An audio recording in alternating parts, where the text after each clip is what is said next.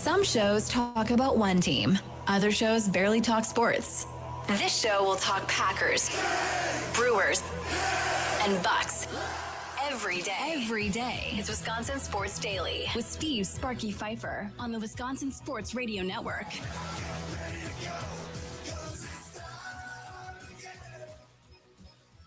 How you doing? I'm sure some of you aren't even working today, right? Got the Friday off, going into Memorial Day weekend, taking advantage of Monday being off and having those 4 days off. Obviously, I like to always remind everybody why we have Memorial Day weekend and what it's truly all about. It's not just to get you all a day off. It's to remember everybody that's been lost along the way. So make sure to take a couple seconds at least and check that out. If you're in the Milwaukee area, I highly suggest going down to Veterans Park.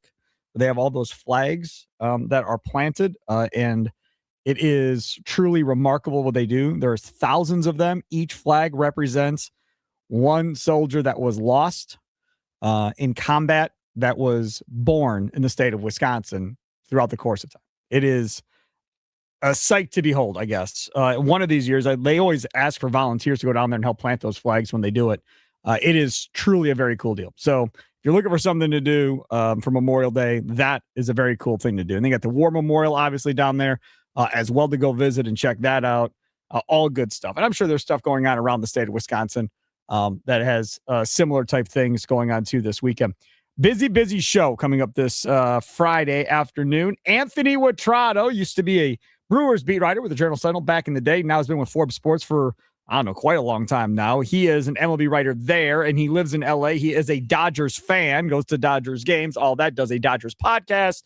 So we are going to talk to Anthony Witrado about said Dodgers coming up at 2:40. I was looking back at my phone. The last time we talked to Anthony Witrado was when? Last year in the playoffs. That was the last time we talked to Anthony Witrado. It wasn't good. I don't hear you, Charlie. I mean, you look good, but I don't hear your voice. October 25th, yep. I think was the last time. Yeah, during the playoffs. So that was the last time. Thanks for saying I look good. You do. You look good. Yeah. The mustache is growing on me. So Anthony Witrado coming up at 2:40. We'll do that. Then let's talk about the Crew, a different type of deal today at 3 o'clock.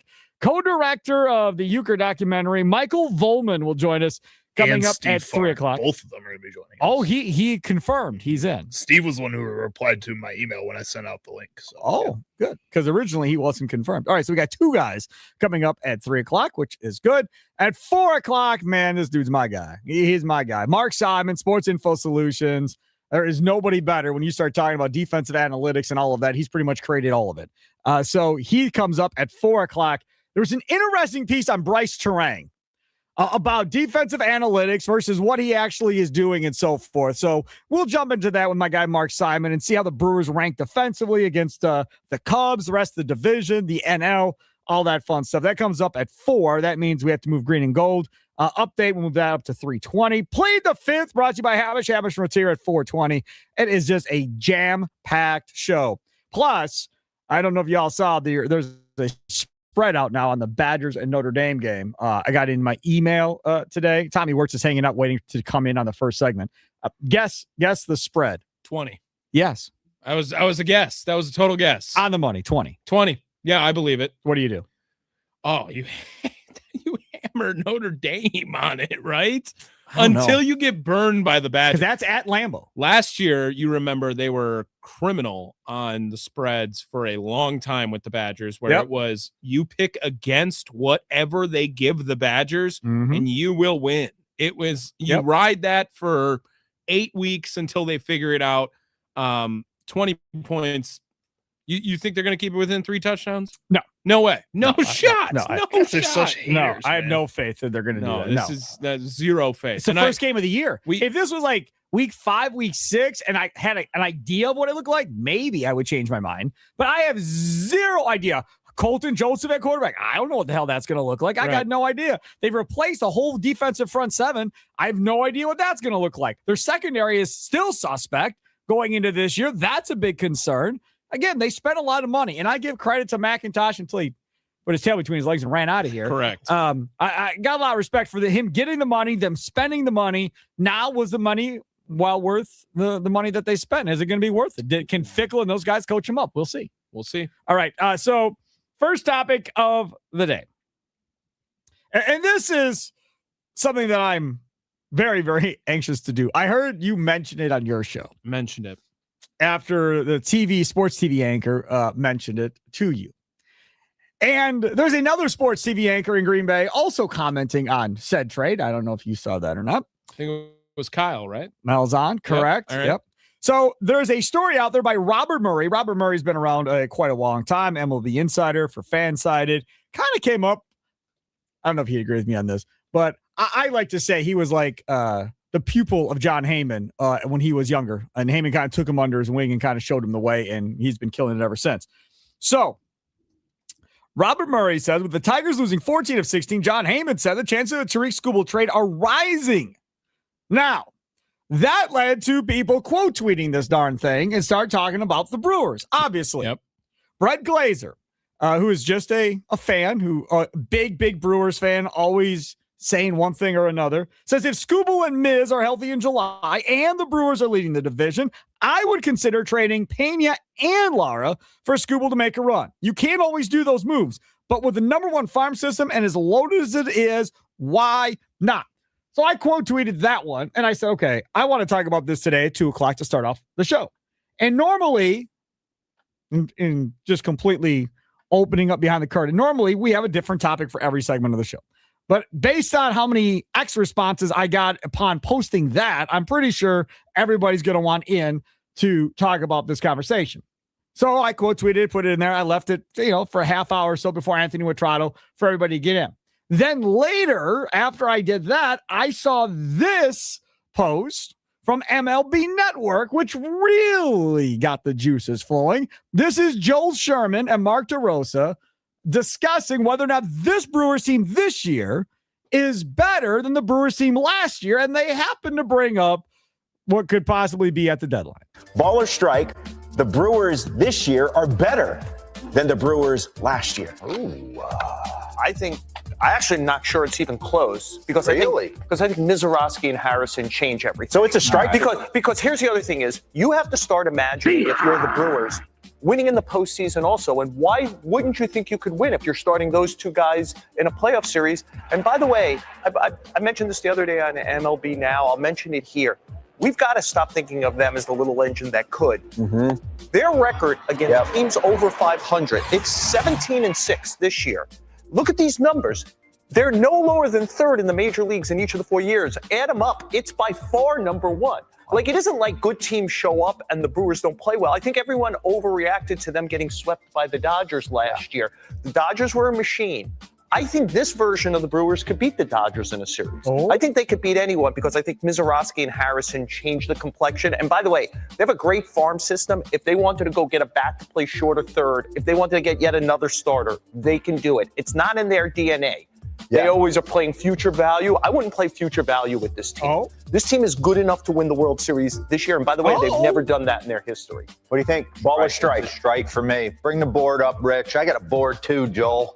You guys bringing boards. I'm bringing graphics. They're better across the board in everything. Runs per game, starting pitcher ERA, relief pitcher ERA. I think they believe, and I'll agree with him. Mizorowski, getting him on every 5 days.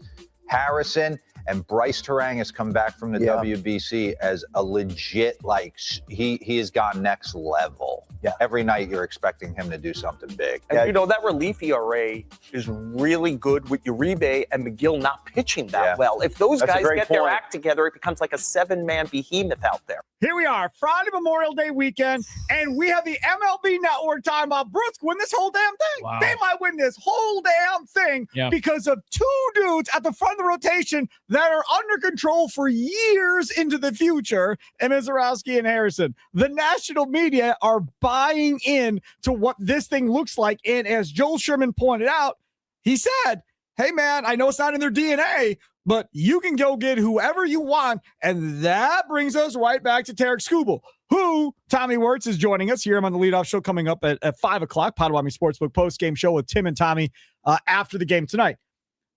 This is the thing. Skubal coming off of his injury, whatever, but he's in the last year of his deal, because that was a lot of what I was getting on. X was, well, how long is team control? How long are they going to have him, Sparky?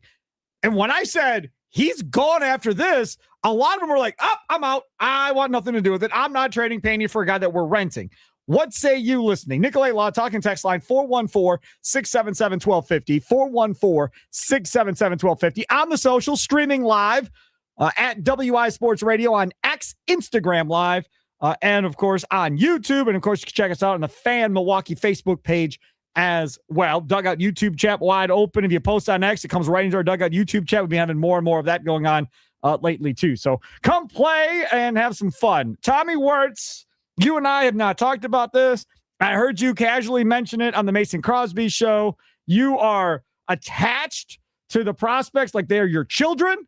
So this is going to be very difficult. I understand. You, Tommy Wirtz, have been a guy that has said last year that you thought Pena might be better than Made before this whole thing is said and done. So I know this is difficult. No, so that was early into last year. Yeah, Pena was showing some impressive. I think Made 100% surpassed Luis Pena as far as where you should be in the excitement. What is he at? 8 straight games with an RBI? Yeah, he's unreal. And maybe jump the gun on the Pena take. So I will say right now, by no means is Jesus Made being touched in a Tarek Skubal trade. No, by no means. No. With it being said, it starts with Luis Pena. Luis Pena is gone if Tarek Skubal is at all being discussed to be talked to traded to the Milwaukee Brewers. The other part of this is, and I've heard you talking about it too on the different shows that you're doing, there's nowhere to put Pena right now. Yep. He's also the farthest behind. Right. He's at Wilson. But is it Wilson or no? He's a T-Rat. Yeah, T-Rat. But this is the thing. There's nowhere to put him right now unless you're saying, well, he'll go to second once Terang's contract is up in 3 years or whatever. Mm-hmm. Well, that's 3 years. So as if we sit right now, Made's going. Fisher, we know he's going. So they'll both be up in the major league roster. Now, unless somebody gets moved somewhere else on the roster, I don't know where Pena plays unless they convert him to an outfielder or something like that. So I have some untouchables in the prospect farm. And if you want to try to, I think that this deal, I would love it to only take 2 prospects. I'm assuming it's going to take 3 prospects, maybe 2. Pena, though, he's what's Pena? Is he's he 19. top 50? He's 19. Top 20. Yeah. In baseball. Yeah. Not in the Brewers system. No, in baseball. In baseball. Yeah. No, you're renting a cat. There ain't no way. It's probably Pena, one of the young pitchers, is my guess. One of those guys, one of the young pitchers, maybe Gasser or somebody. Well, here's the thing. I was talking about this with Chuck before the show, before the Mason Crosby show. It's Logan Henderson. No. I'm telling you, that's what it is. I think Pena and Logan Henderson get the deal done. Coleman Crow, you can go. I Robert don't think he Gasser, has the you same. can go. You can't lock down Logan Dude, Henderson. You have so many other pieces that you already got on lock. Hold on. You are giving them a top 20 prospect in baseball. Yep. Not top 20 in the Brewers farm system to where now I've got to add on more stuff. This is a rental to a team in which you know they are not signing him. So this isn't Detroit like, okay, we do this, but then you sign him long-term, we look stupid. In Detroit, they know Milwaukee can't sign this cat. Yep. So we know he's gone. Just like when Cleveland made the Sabathia deal. They knew Milwaukee couldn't sign him long-term. Yep. If you're trading Skubal to the Yankees, I want more because I know there's a chance you're going to keep him long-term and really make me look bad on this deal. I think it's different. I think if how you look at this, if you're Detroit, now that's not to say the Yankees may not come calling. You know the Dodgers are going to come. Dodgers are going to roll in there and go, we want Skubal. We want to put Skubal in our rotation, make sure we win this again. Then fans across the country are going to go nuts. But if you want to beat the Dodgers, man, you got to figure this out. So again, Charlie and I were talking about it and bringing it up. If this were to guarantee a World Series title, you would not hesitate on giving up a guy like Logan Henderson, correct? It's a guaranteed title this year. You take it. I will trade Jake Bauers to the Tigers if it guarantees a World Series for the Brewers this season. They don't care about Jake Bauers. I'm just saying I would guarantee it with, that's good. if you are guaranteeing. But you can't guarantee anything. I understand that's not how baseball works. Sure, but yes, in a world of if we're in we are making land, sure. we are making a World Series caliber move, and this will now make you the favorite to win the World Series. Right. You would give up anyone on this Brewers team. Not Mizorowski. Well, if it meant you guaranteed it, you give it up. You give it up. No. You guarantee it. No. All right, Not fine. for a World Series is something you've never seen before as a Brewers fan? I don't think so. I don't. You just don't think it can happen then. That's fine. But if I'm just saying that you don't have a personal attachment like you do to any player that you would to the team attachment you have to the Milwaukee Brewers. If it meant anyone left this team, no one has to be on this team for the Brewers to win the World Series. You need the Brewers to win the World Series. Okay. True. Yeah. So I have a couple of untouchables. Jesus Madej is number one on the untouchable list as far as prospects not going. Including Mizorowski. Well, Mizorowski's not a prospect. Right. That's what I'm saying, to clarify. Right. In reality, yes, I don't want to trade Mizorowski or Harrison. So people currently in the farm system. Currently in the farm system. Okay. Who I think should not be dealt for Tarek Skubal. Jesus Madej, obviously, he's the number one prospect in all of baseball. He is a part of the plan, as I told it to Charlie. This guy is a part of the plan.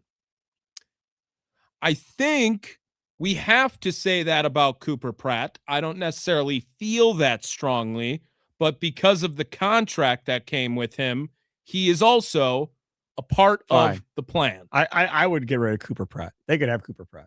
Andrew Fisher is a part of the plan. Number 6 prospect in the Brewers system right now. He's got to play somewhere, first or third, but yeah. You got to choose a catcher that you want to keep as a part of the plan. Please. Well, then if Contreras is kept, then take Ginges. Yes. Sure. Agreed. But if they don't sign Contreras, then you got to pick a catcher, whichever one you like better. Yep. I think Josh Adamszewski is part of the plan. Oh, he's so good.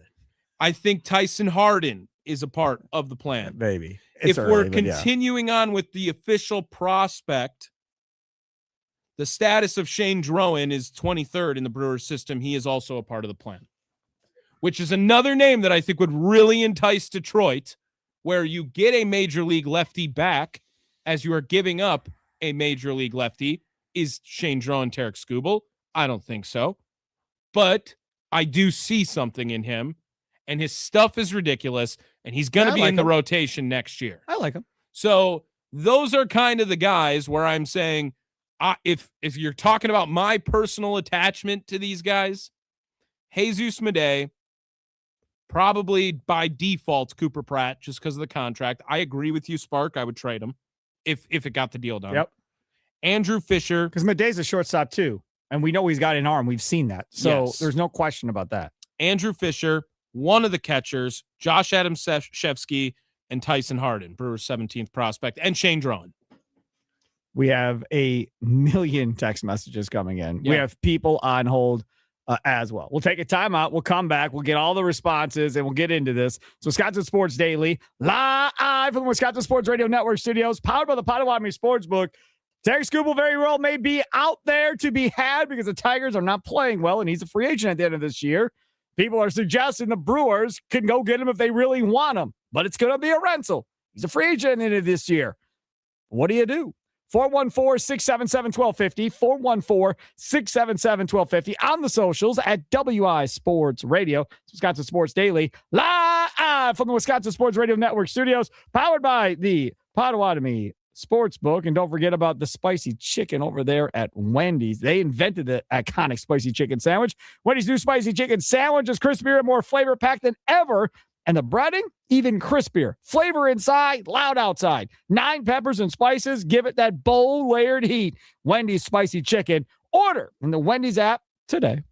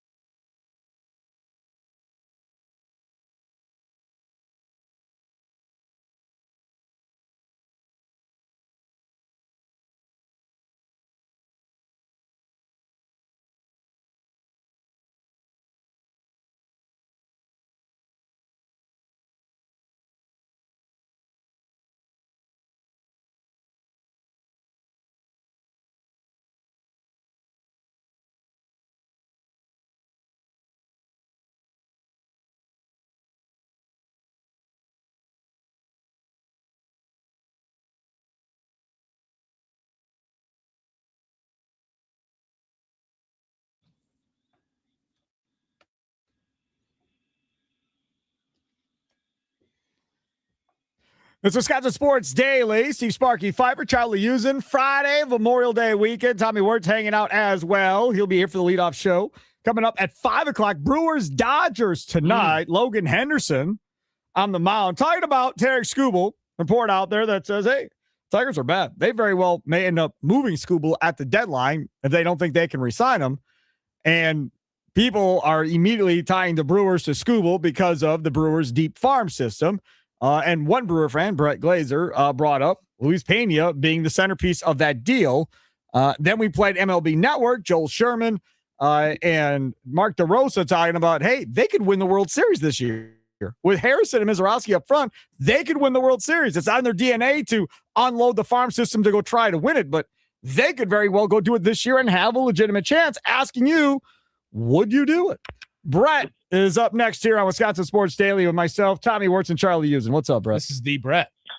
Hey, Sparky. Yeah, in past, everyone always says, let's go all in and win a World Series. And I never liked the argument that Tommy was using of, well, if you could guarantee it, wouldn't you take what the Marlins did? Well, yeah, that's not how it works. So I haven't been a fan of going all in. But when you have this farm system, I wouldn't trade guys like Mate, and I wouldn't trade guys like probably Fisher, and not trading Pena and Henderson. I don't think that's what it's going to take. But if you can trade a guy like Pena, who's a top 20 prospect in the game, yep, and put, even though it's a rental, even though it's only 2 or 3 months and there's 0% chance he's staying in Milwaukee, if you can put Miz and Skubal pitching 3 games with best of 5, or if you get to an NLCS, if it works out all right, that they're pitching 4 out of 7, I mean, isn't that tempting? Yes.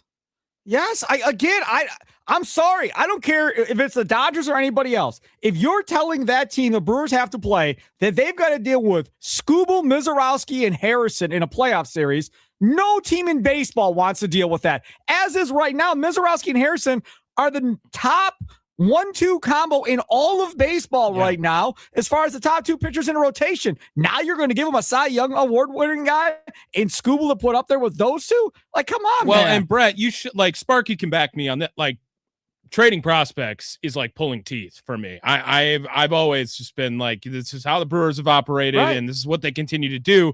And for a guy like Skubal, yeah, I'm willing to listen. I'm willing to send these guys off. And I just think that the Tigers are not going to be sold short on the value of what they know they have in a guy like Skubal. So they're going to have to give up one of these major league ready arms. And the 4 candidates in my mind are Logan Henderson, Coleman Crowe, Robert Gasser, and Shane Drowan. And I think that while I do believe Henderson is the best out of all of them, if I can start the offer at Coleman Co., great. But I think they're going to want to go after the guy that's the most major league ready. Crow or Gasser, I'm fine with, and Shane Drone, I'd move on from too. I love Shane Drone. I think he could be a guy in the rotation, but he's older, so that I wouldn't be held up by too much by that. Brett, thanks for the tweet. Thanks for building us a topic. I appreciate you, buddy. One more thing. I don't think people understand how loaded this farm system is, and again, I don't want to go all in. I love the sustained success and everything, but even if you take a top 20 prospect out of this farm system, it's still a top 5. Easy. At some point, they are going to be able to make a trade like this or something to add to the major league roster. No doubt. Brett, thanks for the call. Appreciate it. You want to know a big difference between this organization and, say, the Bucks? What's that? That the Bucks ownership, when it was Edens and Lazary and those cats, they only cared about a championship.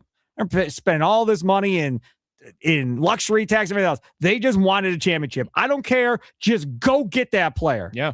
Big game fishing. That's what they are all about. It has not appeared to me that Mark is into big game fishing at any point. That is where it goes. Because if Mark walks into Matt Arnold's office and says, get me Tarek Skubal, and that's the directive, get me Tarek Skubal, go get him, then Matt Arnold's got to go get him because that's what the owner wants. But I don't think the owner's going to do that. I don't. He's just going to chill back. Now, if Matt goes and gets him, okay. But I highly doubt he's going to walk in there and go, I want a damn World Series. Go get Tarek Skubal. You are also getting Tarek Skubal coming off an injury. Yes, absolutely. So there is some danger zone. There is a huge risk on that part too. And that's why maybe I think any one of those 4 pitchers, it doesn't have to be Henderson, could get a deal done. But to your point, Coleman Crowe also Yes. injured pitcher. And that's why I'm okay dealing him. He's had major elbow problems. Right, but you got to look at it from a Detroit standpoint on getting another guy who's got elbow issues. Correct. For your guaranteed bona fide stud. Stud is Pena. The rest of this is peripheral stuff.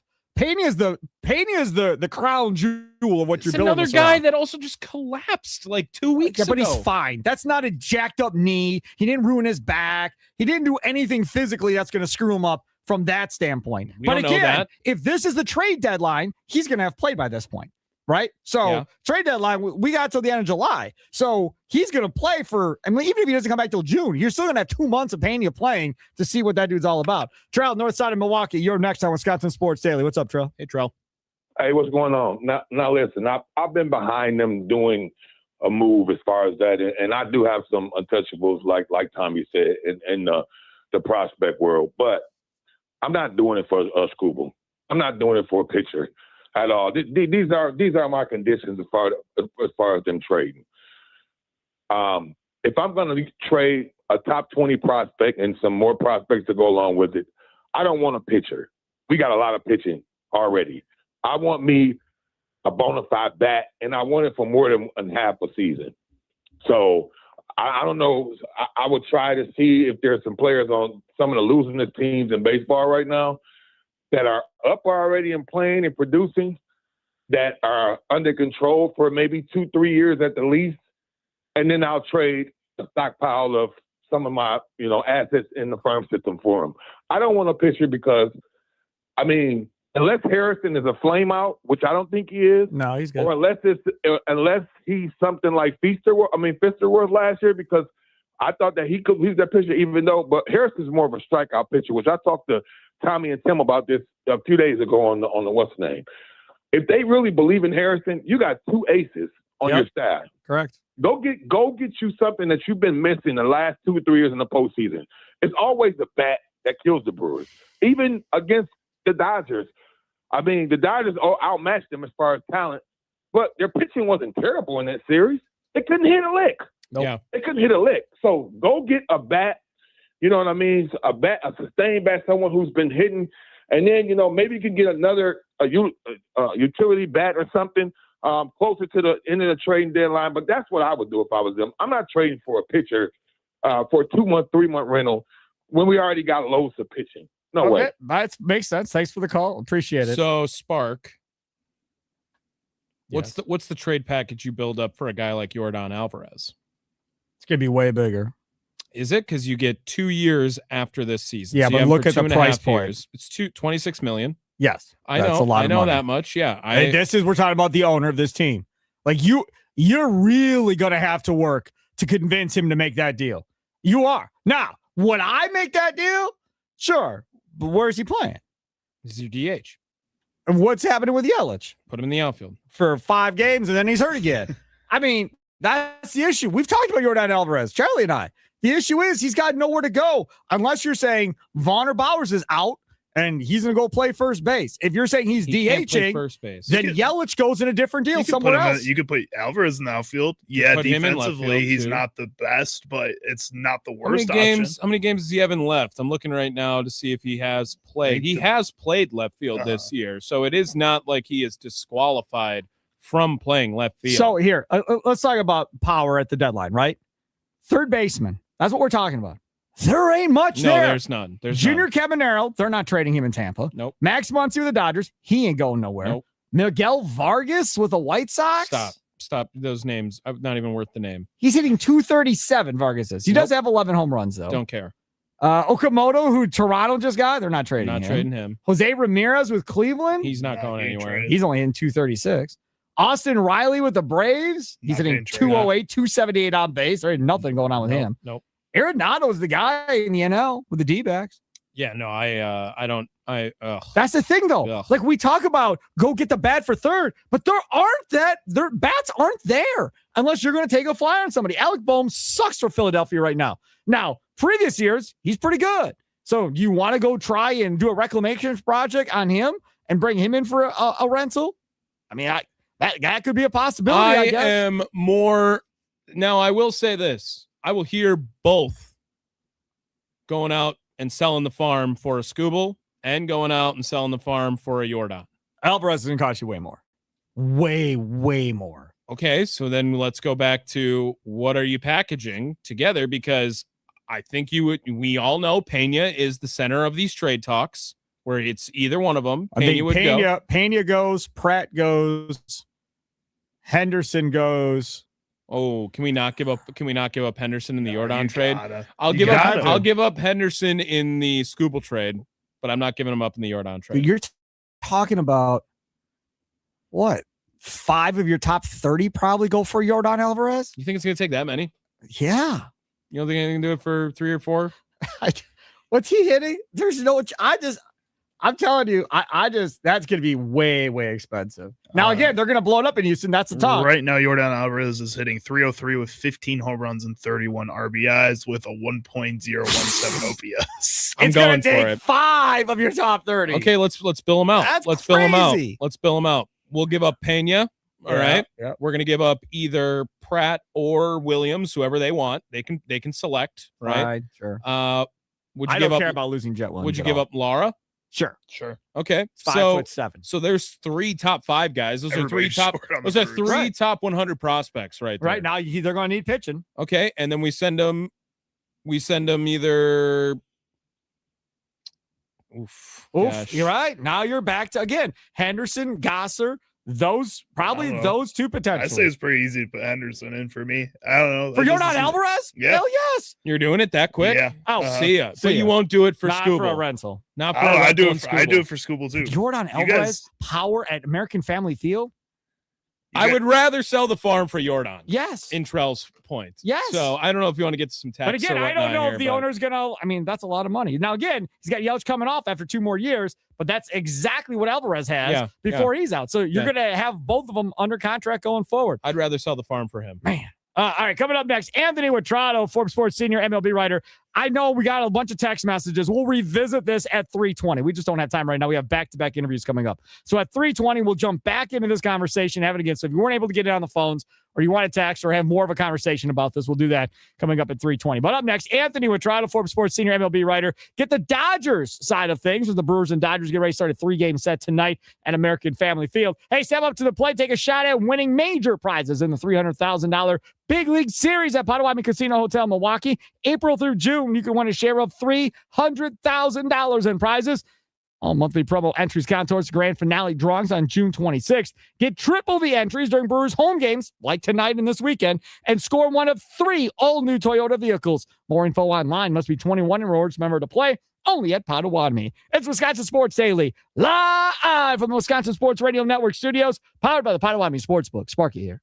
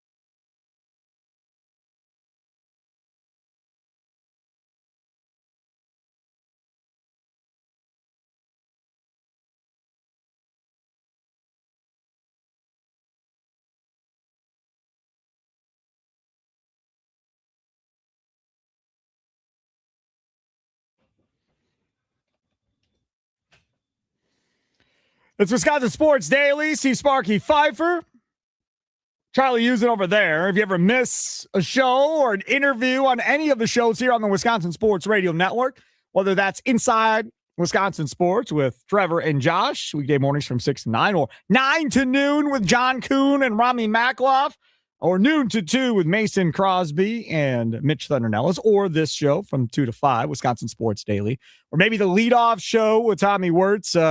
And then what about the Potawatomi Sportsbook postgame show with Tim Allen and Tommy Wirtz? Always people wanting to go back and listen to that postgame show. So all right there for you, including College Sports Weekly, Saturday mornings from 9 to 11. Garbedian on Golf is back. Chuck Garbedian will be on tomorrow morning. I promise tomorrow morning, 7 to 9, you will hear Chuck Garbedian in all of his glory. So that will be fun. Joining us now on the guest hotline right there. You can watch him on X, on YouTube, on X, on Instagram Live, on the Fan Milwaukee Facebook page. Anthony Witrado joins us from Forbes Sports, senior MLB writer. Follow him on X at @Witrado. He's also a big Dodgers fan, does the Dodgers podcast, wearing that ugly-ass hat right now, so everybody knows that he's wearing. Such a jerk sometimes, that Witrado guy. Mr. Witrado, how are you today?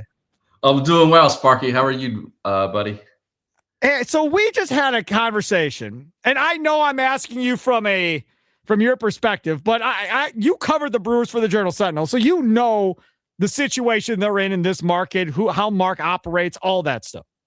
So there's a piece out there today, I believe, John Heyman, talking about, hey, they continue to lose the Tigers. There's a chance Skubal could be dealt here when he is healthy again. And that led some Brewers fans to hop on in this conversation of, okay, number one farm system in baseball, Luis Pena's top 20 prospect, not Madej, but Pena. So maybe the centerpiece is that with a couple other picks. And again, Skubal's a rental. You can't afford to sign him after this year. All of that. What say you, if you're the Brewers and Mark Attanasio right now, is that a guy worth, rolling the dice on to try and finally get yourself to a World Series? Feels very reminiscent of another half-season rental trade from back in 2008 when I was on the beat, and CC Sabathia. Except he wasn't hurt. Right. He wasn't hurt. Right. He wasn't hurt, though. That's the difference. Yeah.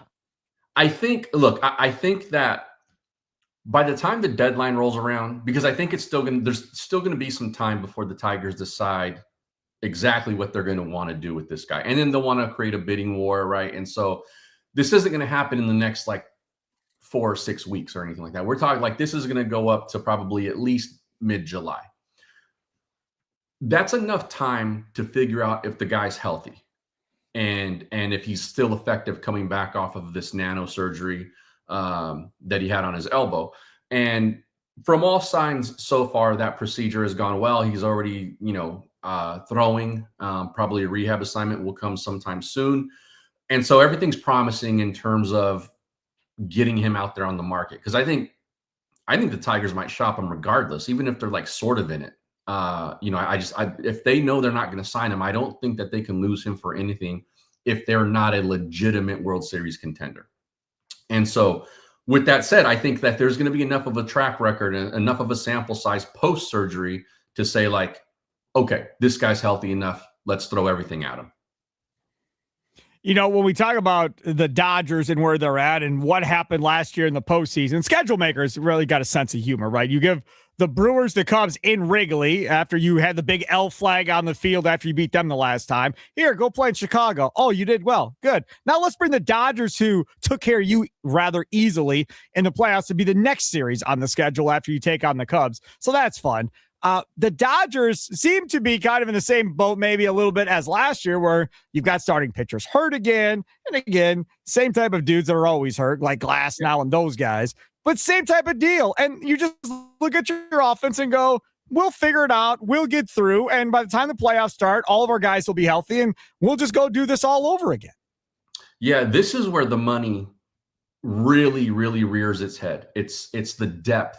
And also the organization, where you talk about the Brewers being the best farm system in baseball. The Dodgers are consensus top 3. So they're right there too. So there is some depth at play here, especially on the pitching side, but the money really shows its worth when Ohtani can struggle for 3 weeks and Freddie Freeman can struggle for 2, and Mookie Betts can be hurt for a month, and Kyle Tucker has never got it going yet, in a Dodger uniform, et cetera, et cetera, et cetera. Teoscar Hernandez hit 8th the other night because he had he's picked it up lately, but him hitting 8th was an initial result of like him not producing enough. But at some point, when you have that many guys, someone's going to be going at the right time, even if it's just 1 or 2 of those guys. And that can carry an offense a little bit. And then you got the starting pitching. Glasnow's on the IL. Snell's back on the IL. But you still have Yamamoto. You still have Ohtani, right? Like Roki Sasaki looks like maybe he's turning a corner. Like Justin Robleski has an ERA under 2. Like it's all of these things that kind of snowball into what the Dodgers roster is. And well, sure, there's supplements from the farm system, but that's where the money really rears its head. It's not just that they went and got Kyle Tucker. It's not just that they went and got Yamamoto. It's that the depth that it creates allows other guys on the roster to be bad for stretches and them still end up with whatever they have right now, 31 wins or something like that, and are still in first place, even though I don't think anyone in baseball who's watched this team at all can say this team's played their best baseball so far. Yeah, I'd agree with that. It doesn't feel like it. What is the deal with Ohtani? Like, I didn't hear any of this stuff prior to him getting hurt. And now all of a sudden we give him special time and everything else when he wants to pitch. And then does he hit and all of this other stuff going on? Where did all of this drama come from exactly? Like, is he the one starting the drama? Is it the front office trying to protect him and make sure he stays healthy? Is that where this all started from? Where has all this come from? Well, surprise, it started in Anaheim. This has been the thing since he was going both ways there. But another surprise, no one gave a damn because he played for the Angels and the Angels are terrible. And so I think that, the Dodgers are obviously in the crosshairs of a lot of other teams and a lot of like just general baseball fans who are not Dodger fans, right? Like they're the new villains, right? And which is understandable. Anytime you have something resembling a dynasty, whether it is or it isn't, the other fan bases are going to rally around not liking that team. It happens in every sport. And so now it's a thing. Ohtani, does he get too much time? Craig Counsell, like for some reason, deciding to bring it up multiple times, even when he's not asked about it. Where were the where was the chirping when he was an Angel? Because this was happening then. Nothing different was going on between when he was an Angel and between now when he's a Dodger. And look, when pitchers used to hit, and it didn't matter who it was, and that guy, let's say, made the last out of an inning or was left on base and, okay, it's time to come out and pitch, that guy got extra time. Like it's not a hard and fast rule that says 2.5 minutes or whatever. It's up to the umpire's discretion. And it's not like we saw in the Dodgers last game that he pitched on Wednesday. He recorded the last out against the Padres. He starts to kind of stroll off the mound pretty casually, and he realizes, oh, I'm leading this inning off. And then he runs to the dugout. And if you watch him, he's putting on his stuff quickly. Like he's not like, they'll wait for me. It's fine. He's not doing that. Like if Ohtani has never struck any baseball fan who's watched him as that kind of dude, right? Like he's checking on everyone if a foul ball tips somebody and he's at the plate. He's saying he makes sure he acknowledges the other manager before he leads off a game as a hitter. Like it's all of this stuff with him. He's not like out there trying to take extra time. It's just, look, the umpire's going, yeah, you know what?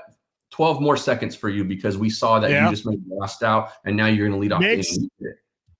It makes sense. We got to roll here at the end of the hour. Anthony Witrado, thank you so much for coming on. Appreciate it. And we'll do this again, I'm sure, because I'm sure we'll see each other in the playoffs. So absolutely. Let's do it, Sparky. Take care. There he is, Anthony Witrado, Forbes Sports senior MLB writer. Follow him on X at @Witrado. It's Wisconsin Sports Daily, live from the Wisconsin Sports Radio Network studios, powered by the Potawatomi Sports Talk Sportsbook. Yeah, that's it.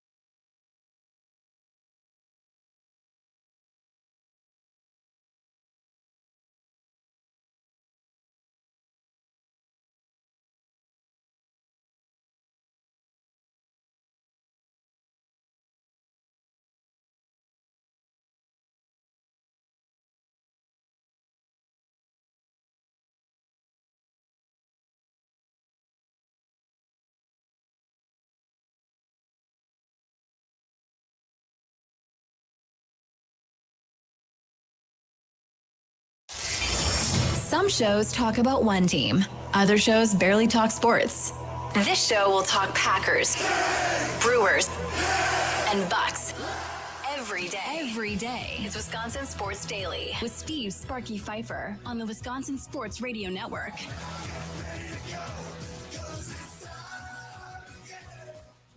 It is time again. Hour number 2 here on a Friday of Memorial Day weekend. Hope y'all have a good weekend. Weather looks nice, so we shouldn't have any issues with, major severe thunderstorms and tornadoes and everything else we've went through already in the spring. So should be a nice weekend. Grill out, enjoy a family and friends and all that stuff. And more importantly, remember those that have served, that have passed away. That's really what this is all about. So make sure to do that as well. It is 3 o'clock, and we have special guests for today's 3 o'clock segment. It's time to talk about the crew. It's Wisconsin Sports Daily on the Wisconsin Sports Radio Network. All right, time now to be joined by our special guests, co-directors of the film Uke. He is Michael Volman and Steve Farr. You can see their pretty faces right now on X, on YouTube, on Instagram Live, all at WI Sports Radio. You can also check them out on the Milwaukee fan Facebook page as well. Guys, how are y'all doing? Thanks for coming on. I appreciate it. Doing great. Thanks for having us, Marky. Sounds good. Good to see you.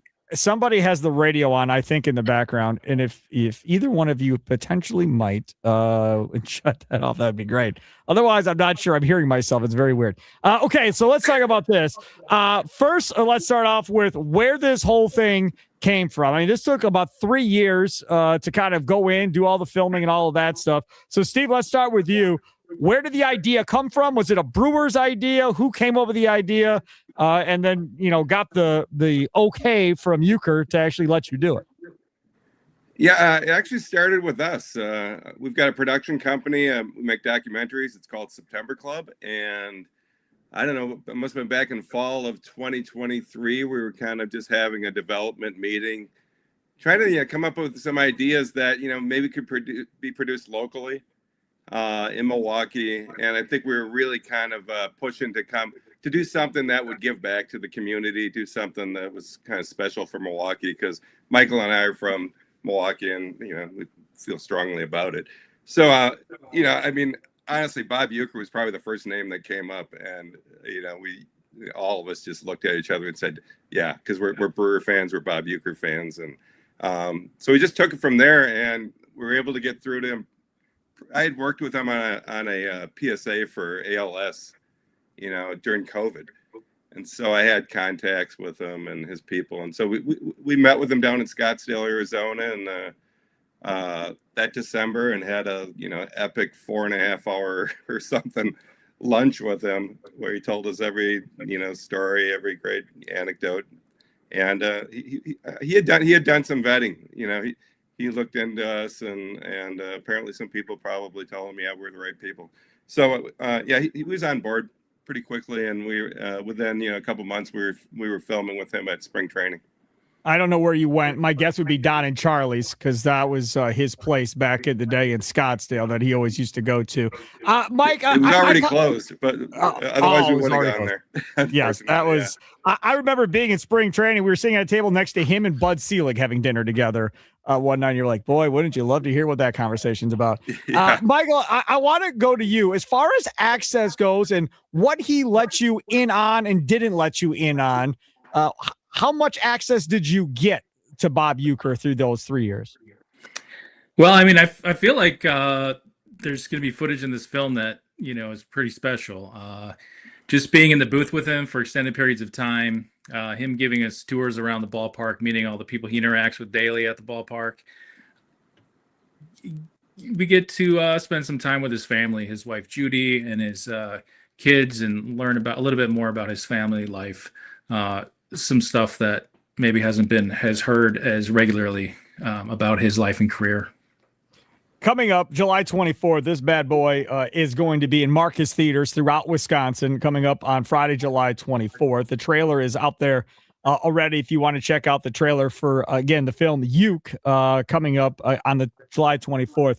Let's talk about health Steve. And when did you guys realize that his health maybe was in some jeopardy here of him going forward versus the timing of when this thing was going to come out? It was pretty early on in the process. It was definitely within the first few months, early in the 2023 season. He contacted me, said he had a diagnosis. Please don't talk to anyone about it. There would be very few people that he was going to tell about this.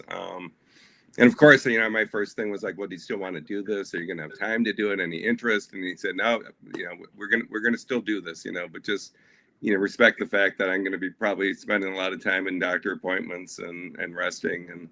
But I've said it in other interviews. I mean, Michael and I, we had probably, 10, 15 things, asks that we said, would you like to do this? Can you do this? Can you do that? Can we go fishing with you? Can we do it, walk around the ballpark with you, whatever. And he honored I'd say most of them, to his credit, but it had an impact on the film.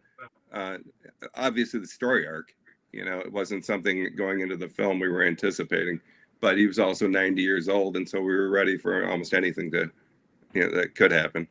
He is Steve Farr, joined by Michael Volman, co-director of the film Uke, which will be coming out in theaters July 24th, joining us here on Wisconsin Sports Daily, here on the Wisconsin Sports Radio Network. Steve Sparky Fiver with you. Okay, Michael, back to you. I have this question for you.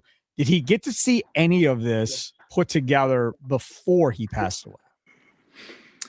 He did. We did cut a sizzle sort of sample reel early on, just to give an idea to other people, him and investors, to kind of give him an idea of what he had to be getting into.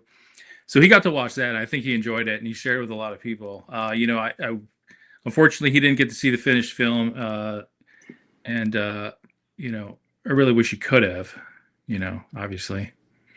Yeah, that would have obviously been a big deal about that.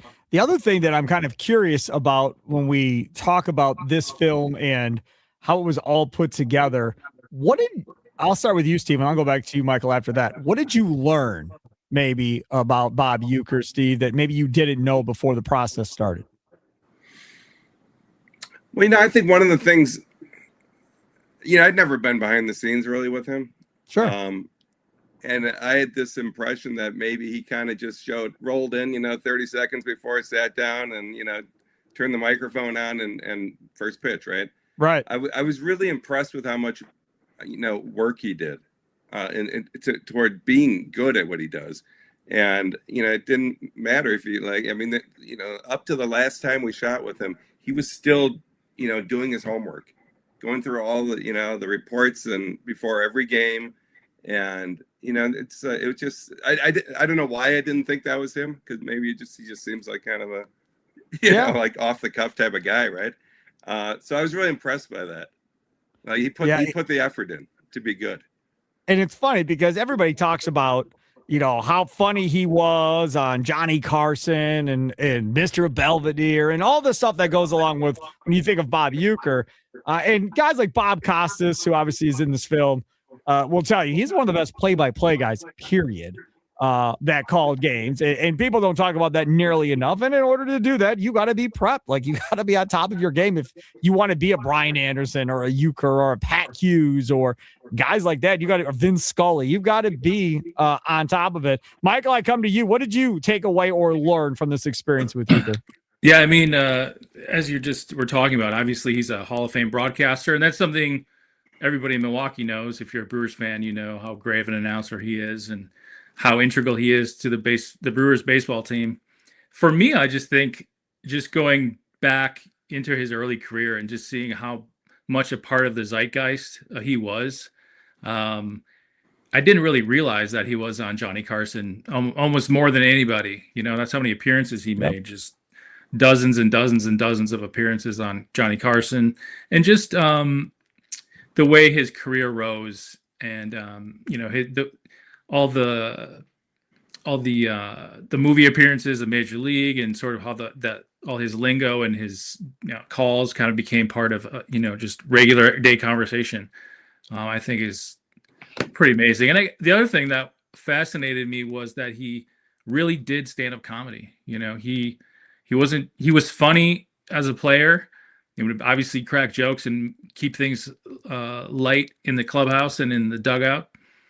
And he transitioned into kind of doing the banquet tours and doing like sports writers dinners and things like that. And he really just embraced this comedic intuition, and he really took that to the height of his career. The film You comes out July 24th in Marcus Theaters all over this beautiful state of Wisconsin. You are absolutely going to love it when you see this film coming out. I go back to you, Steve Farr, one of the co-directors of You, being joined by Michael Volman here on Wisconsin Sports Daily. If I were looking to do something like this and trying to find the best stories and who's got the most on Euchre potentially, outside of family, I think my number one target would have been Kent Sommerfeld, who's been his engineer, pretty much since birth.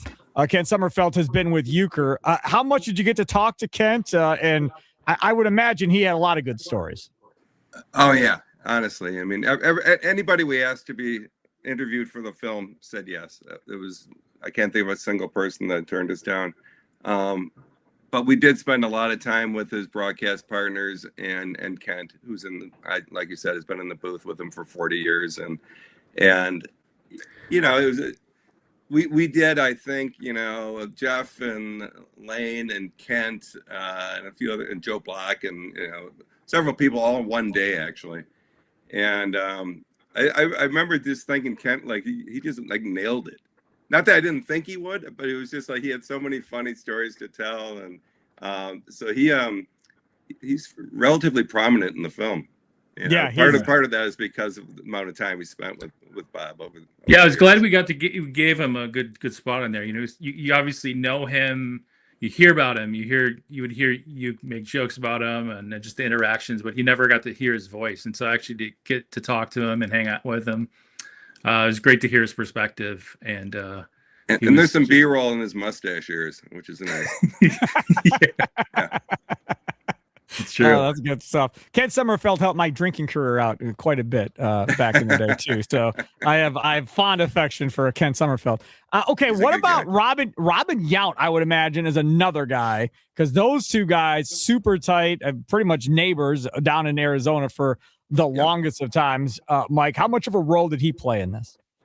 Yeah, he's pretty prominent in the film as well. And it kind of ties into the story arc of the Brewers and the '82 World Series run, and just what a presence Robin was in the community. And I think, Euchre met him in spring training when he was basically 18. And, there's a lot of great stories about that era. But, their relationship grew over the years, and they remained very close all the way up until the end. And it's such a special bond that they had. And they'd spend time going fishing or riding their Harleys. It's just a lifelong friendship that they had. I go back to you, Steve. Outside of those two, Yount and Ken Sommerfeld as engineer, is there another person or a couple of people that play prominent roles in this with how much they had to talk about concerning you? Yeah, well, definitely Christian Yelich is kind of featured prominently, particularly. I mean, a lot of the story, we kind of think of the backbone of the story has been the 2024 season. Even though we followed him in 2023, what we ultimately had in the film is kind of 2024. And so, Yelich was a big part of that. And they were close. And, at one point we were filming and Bob actually reveals to Christian his diagnosis, and we had it on film, and we kind of went back and forth about whether or not it should be in the film, and ultimately it is, and it's powerful. And again, just like Robin, he's he's like the present day Robin Yount. They were very close, and the scenes with him after they lose in the playoffs in 2024 in the clubhouse are kind of heartbreaking, actually. So Christian definitely, Bob's wife Judy is in this, as well as his son Bob Jr. and his daughter Sue. Judy's in there quite a bit, and she was terrific throughout. She helped tell the story of his diagnosis and what that was like. Again, you're going to want to check this out. July 24th, Friday, July 24th, hits the Marcus movie theaters across Wisconsin. If you want more information, you want to check out the trailer, go to ukemovie.com. ukemovie.com. You can learn more about it, and this will be a must-see for everybody. Guys, thanks so much for coming on, man. I appreciate it. Oh, thanks for having us. Been a pleasure. Thanks so much. You betcha. Take care. There they are. Michael Volman, Steve Farr, co-directors of Uke, a story of the most unlikely baseball legend, coming to movie theaters again here in Wisconsin, Marcus Movie Theaters on July 24th. That was a lot of fun. And it sounds like they got everybody they needed to get from, the only person I didn't hear them say, and I would assume he's in it, is Bud Selig. But outside of that, everybody, to my knowledge at least, the guys that knew him the best, it sounds like they got. It really feels like between this and the 1982 Brewers documentary, just a bit outside.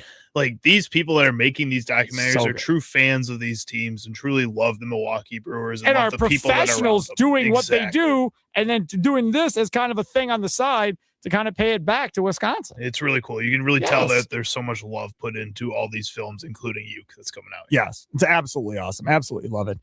Something that a lot of you didn't absolutely love was our conversation earlier about the Brewers potentially trading for Tariq Skubal. Lots of reaction on the talk and text line to that. We'll jump back into that coming up next before we get to Charlie's Sounds of the Day coming up at 3:40. It's Wisconsin Sports Daily, live from the Wisconsin Sports Radio Network studios, powered by the Potawatomi Sportsbook. And don't forget, late night cravings, baby. We all have them. Eat great, even late, because Wendy's is now open till midnight or later. You know you want that irresistible, juicy Baconator loaded with 6 strips of oven-cooked bacon.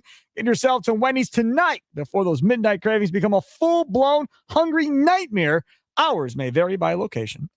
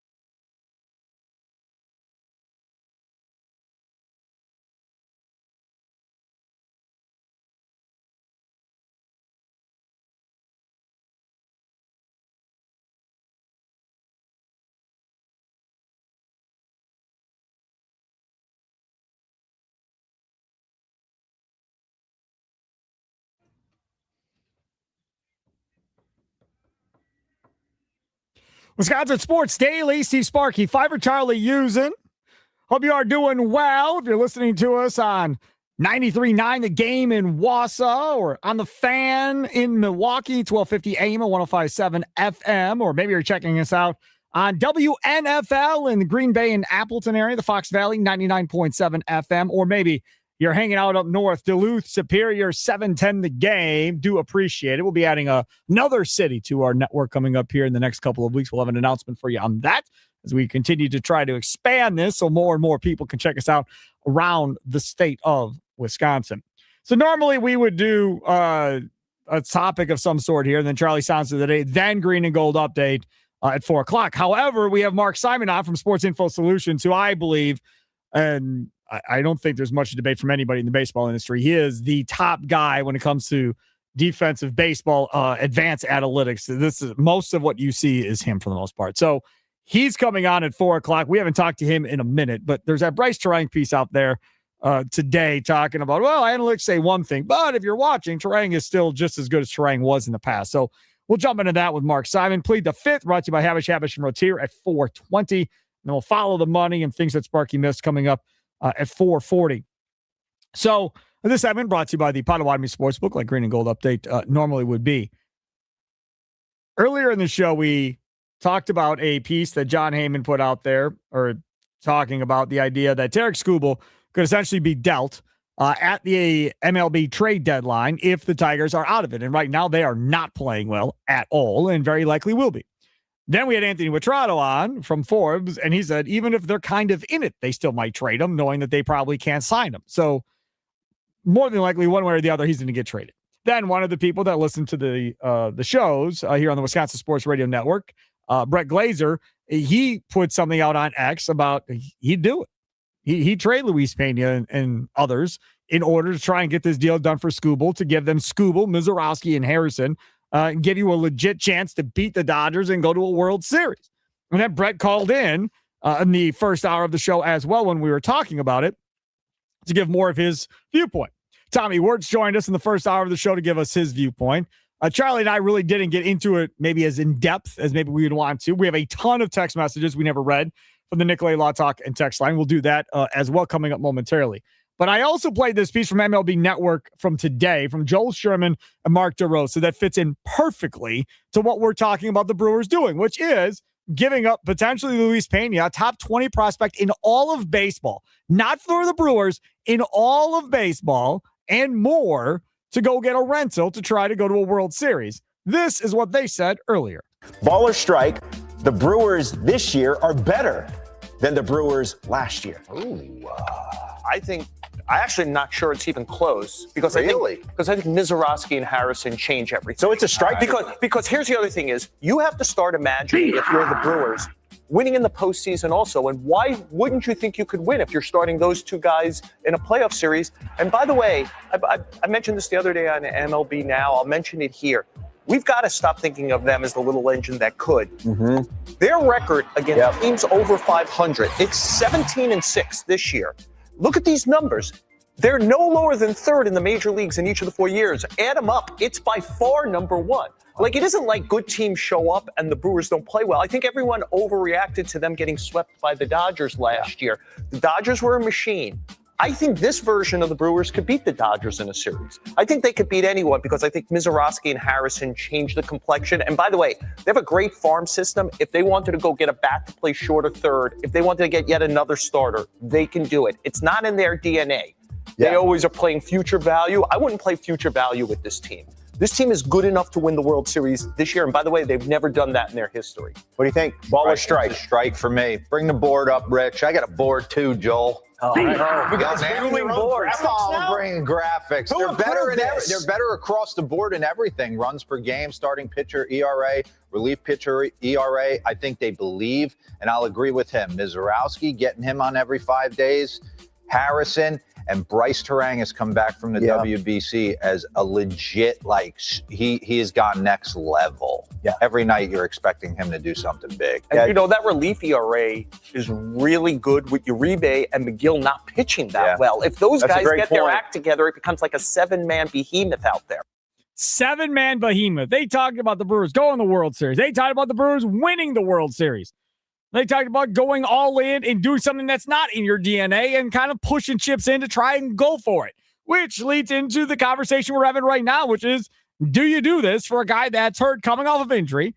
And as Anthony Witrado pointed out, he's going to be back in pitching for quite a bit before you get to the trade deadline. So you will see how healthy he truly is at that point. And the same can be said about Luis Pena, who, of course, passed out a few weeks back and now has been cleared to play. So he's going to be playing as well, one would think, between now and the trade deadline here the next couple of months. So they, meaning Detroit, if that is a guy that they want, would be able to get a good look-see at Luis Pena as far as what he's doing for the Timber Rattlers between now and then. Would you make that deal?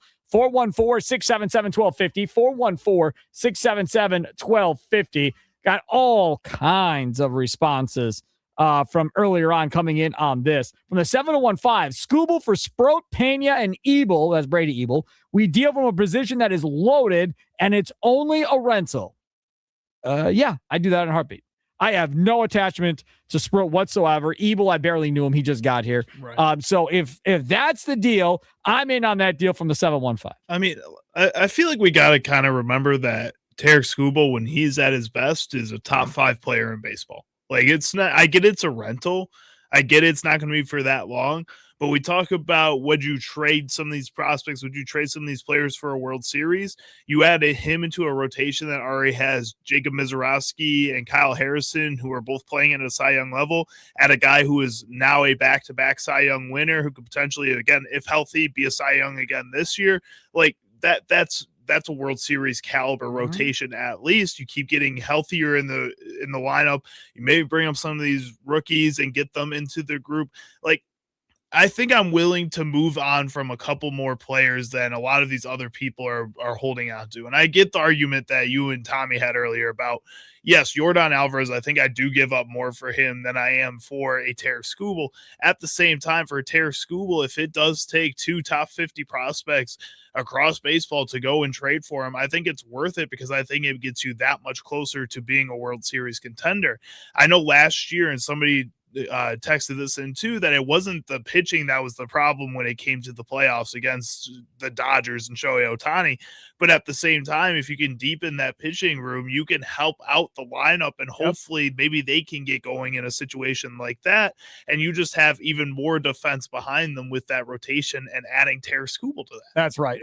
For those of you if you don't know who Tarek Skubal is, 2024, 31 starts, 18-4 with a 2.39 ERA, win above replacement 6.3. Come on, man. In 2025, 31 starts, 13-6 with a win above replacement of 6.6 and a 2.21 ERA. His walk splits, hits divided by innings pitched, 0.92 and 0.89 on the year. In 24, 228 strikeouts to 35 walks. Yeah. Last year, 241 strikeouts to 33 walks. He's a stud, y'all. And let me add this in. If you did this deal, you would go with Skubal, then Miz, then Harrison, right? That means you would go lefty, righty, lefty as your front three. Woodruff is healthy towards playoff time. That's number 4 right there. If you need a 4, right. Sometimes you don't even really need a 4. But yeah, if you needed to do that, so be it. Or whoever it ends up being besides that. But again, that is crazy. 2 stud lefties at the front of a playoff rotation with a flamethrower in the middle of them, Charlie. I mean, that's exciting. And again, then you can have your lineup go into these games with a little bit more confidence potentially behind them, and have some of these players that do have some sneaky power be able to run into some pitches and not be looking just to hit singles all the time, and can make that impact type of play at the plate like we've been hoping for from this Brewers team. I get it. We don't need to touch the pitching room, but if that's where you can find the upgrade, and if that's the biggest upgrade to be made, and Yordan Alvarez and some of these other bats are going to be way too expensive for the Brewers, and you can go out and make this deal for sure, you got to try. Agreed. Nick the Mailman says, is Mark Antanasio convinced that championships matter at this point and not just butts in seats for summer fun? If so, definitely pull out a move for one more proven veteran. And that's the one thing. Like I said this back in the first hour. If Mark walks into Matt Arnold's office and says, I want Tarek Skubal, do what you have to do, I want him, and walks out, okay, you got your marching orders, figure it out. Go get them, right? But if that doesn't happen, then how much conviction do you really have to go get him? Then is it the other way? Does Matt Arnold walk into Mark's office or call Mark on the phone? I mean, like, hey, man, we got a chance to go win a World Series. And I think we're legitimately one player away, and his name's Tarek Skubal. And if we get him, we can win this whole damn thing. I don't care about the Dodgers, what they have in their lineup. If we get him, we can win this whole thing in the playoffs. Are you in or are you out? Right? And I don't think Mark would say, oh, no, don't do it. I think Mark would be like, okay, go ahead, go do it. Let's see if we can do it. I see that's the one thing people miss. I don't think Mark, over the years, has shot down a ton. If he has, I haven't heard about it. I don't think he's like, absolutely not. Don't do that. I don't believe that happens at the deadline. If these guys want to go make a move, they're able to go make a move. He says time and time again, we always leave room in the budget, so at the deadline, we can go get whoever we want. So here you are. It's not a long-term commitment. Now, Jordan Alvarez was brought up by Tommy earlier in the show, Tommy Wirtz, for Houston, but that's a couple more year commitment, over $20-some million a year. You're going to give up way more in order to go get that power-hitting, first baseman, DH, potential outfielder in Jordan Alvarez than you would for a rental here in Tarek Skubal. You would 100% go pay more. But again, if all it takes is a rental, and I think that with the talent that you would keep in your minor league system, in your farm system, that is still going to come up within the next year to 3 years, I think you can be willing to say, okay, we can go and get a rental. We are one of the best teams in baseball right now, if not the best team in some people's eyes. You go out and beat the Dodgers this weekend 2 out of 3 or sweep them, that'd be awesome. But if you can take 2 out of 3, you truly are the best team in baseball for sure. I mean, you might as well go and try to make a run at some point if it's going to be 2 years in a row that you have that title. Again, you can stream us live on X, YouTube, and Instagram live at WI Sports Radio. Also, check us out on the Fan Milwaukee Facebook page there. Anton is over there in the Dugout YouTube chat. What do you got? Anton says, do you think pitching would put us over with a trade or a bat to get us to a World Series? Thoughts? So, we looked at potential third baseman in the first hour. There's nobody. There's nobody that you're going to go get right now where you're like, oh, yeah, that moves the needle. Third basemen in general suck this year in Major League Baseball. Not just the NL.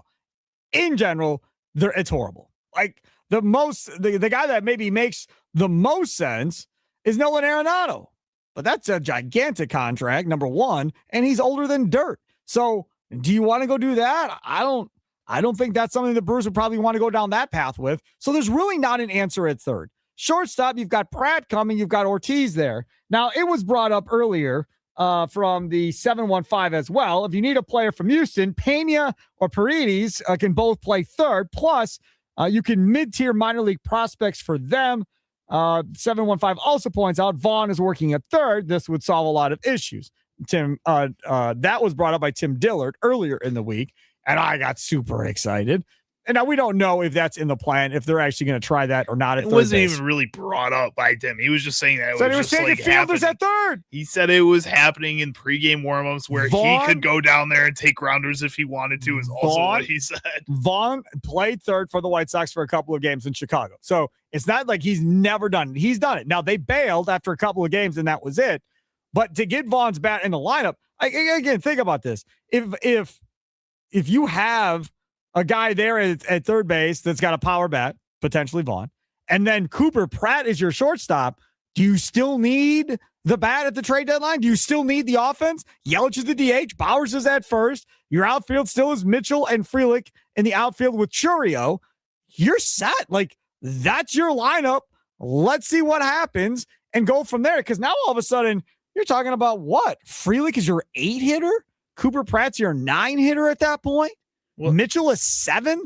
I mean, my goodness. That's if Andrew Vaughn goes over to third base and isn't a complete disaster at third base. Right, that is if Cooper Pratt comes up and is better than Joey Ortiz. That I'm not worried about. Well, I mean, it might not be hard, but yeah, I'm not worried about that offensively. I would literally give anybody else a shot. Tommy Wirtz could go get a shot at shortstop for the Brewers right now, like if they wanted to do that. Lateral quickness. I'm not sure it's quite there with Tommy.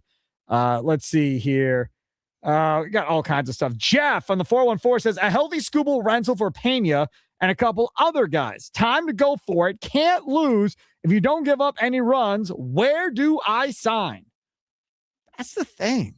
Like, I understand the bats got shut down by the Dodgers. I totally get it. But you are talking about legitimately 3 studs. Somebody brought up earlier, they literally have 2 Cy Young candidates right now. Like, everybody's talking about Miz, but y'all better wake the hell up because Harrison's going to have just as good a shot if he continues dealing. So that's 2 of what? The top 5 or top 6 in the National League that we're talking about. Now you're going to bring Scooble into this? Potentially 3 Cy Young candidates, depending on how he pitches the rest of the year, if he can stay healthy. You can look at it. The Atlanta Braves, we'll go in history lesson. Look at the Atlanta Braves, right? They had Maddox, they had Glavine, they had Smoltz, and then Steve Avery. Many people don't remember Steve Avery. They had those guys. And what happened? They couldn't hit. And they couldn't finish forever. They couldn't finish because they'd get to the postseason. They couldn't hit. They'd lose. They go back, and they go back the next year. They try again. They'd go back. They go back the next year. They try again. And it took them forever to finally do it. So there is history that says, hey, just because you got studs at the front doesn't mean anything. You can go to the Athletics. They had Hudson, Mulder, Zito, right? That's what the Moneyball movie was made off of. They never talk about the studs at the front of that rotation that made all that possible. But they were never able to finish either. And they had 3 studs at the front of their rotation too. So having 3 studs at the front of the rotation doesn't guarantee it, but I'll tell you this much, gives you a lot better of a fighting chance than if you don't have 3 studs. We always talk about if you've got 2, you got a crack at it. Now we're talking about 3? To me, I do it in a heartbeat. And Pena, for me, makes all the sense in the world because, again, if you're forecasting the next 3 years in Milwaukee, there's not a place for him necessarily right now, unless you're saying you're our guy after Terang, but you're going to have to hang tight for like 3 more years until Terang's deal is up. Then you'll come up. Well, and that's if, and I know Tommy Wirtz has been begging for this, they even decide to move on from Terang at that point. If they fall in love with him and they really do want to keep him around, they want to make him the next Ryan Braun of this team. Right. And he's that type of guy. And they move on from William Contreras and move on with their catcher plan that they have going here. Like that could be an option too. He just feels like the guy that doesn't fit in and has the least amount of positional versatility right now. And he has the least amount of power as well. He's not going to generate the power, I don't think, like Madej is going to generate when he gets up here. He's so awesome. And every Cooper, time I go on Twitter, it's just something new from right. Madej. And Cooper Pratt's 6'3", 6'4". Like the power is going to be there for Cooper Pratt eventually. So he's going to generate power. You know about Fisher's power. And if Burke ends up being the first baseman and if Fisher ends up at third, you know they both have power at the corners because that could be what happens. Or Burke could end up as the DH, but that could be what this looks like. It could be Fisher at third, Pratt at short, Madej at second, and Burke at first. And watch out. Jefferson Carroll is catching. Adam Shesky's in the outfield with Churio and Frelick. And away you go. Oh, Luis Lara maybe instead of Frelick too, if you want to move on from Frelick, if you want to make this a sure. full rebuild. Yeah, if you wanted to do that, sure. But they're just, it's so much fun to be a Brewers fan. That's all I'm going to say. So much fun. Coming up next, Charlie Sounds of the Day. That's Wisconsin Sports Daily, live from the Wisconsin Sports Radio Network studios, powered by the Potawatomi Sportsbook. We'll talk more about the Brewers again with Mark Simon from Sports Info Solutions, talking about some defense and Bryce Terang coming up at 4 o'clock. They step up to the plate, take a shot at winning major prizes in the $300,000 Big League Series at Potawatomi Casino Hotel, Milwaukee, April through June. You can win a share of $300,000 in prizes. All monthly promo entries count towards the grand finale drawings on June 26th. Get triple the entries during Brewers home games and score one of 3 all-new Toyota vehicles. More info online. Must be 21 and rewards member to play. Only at Potawatomi.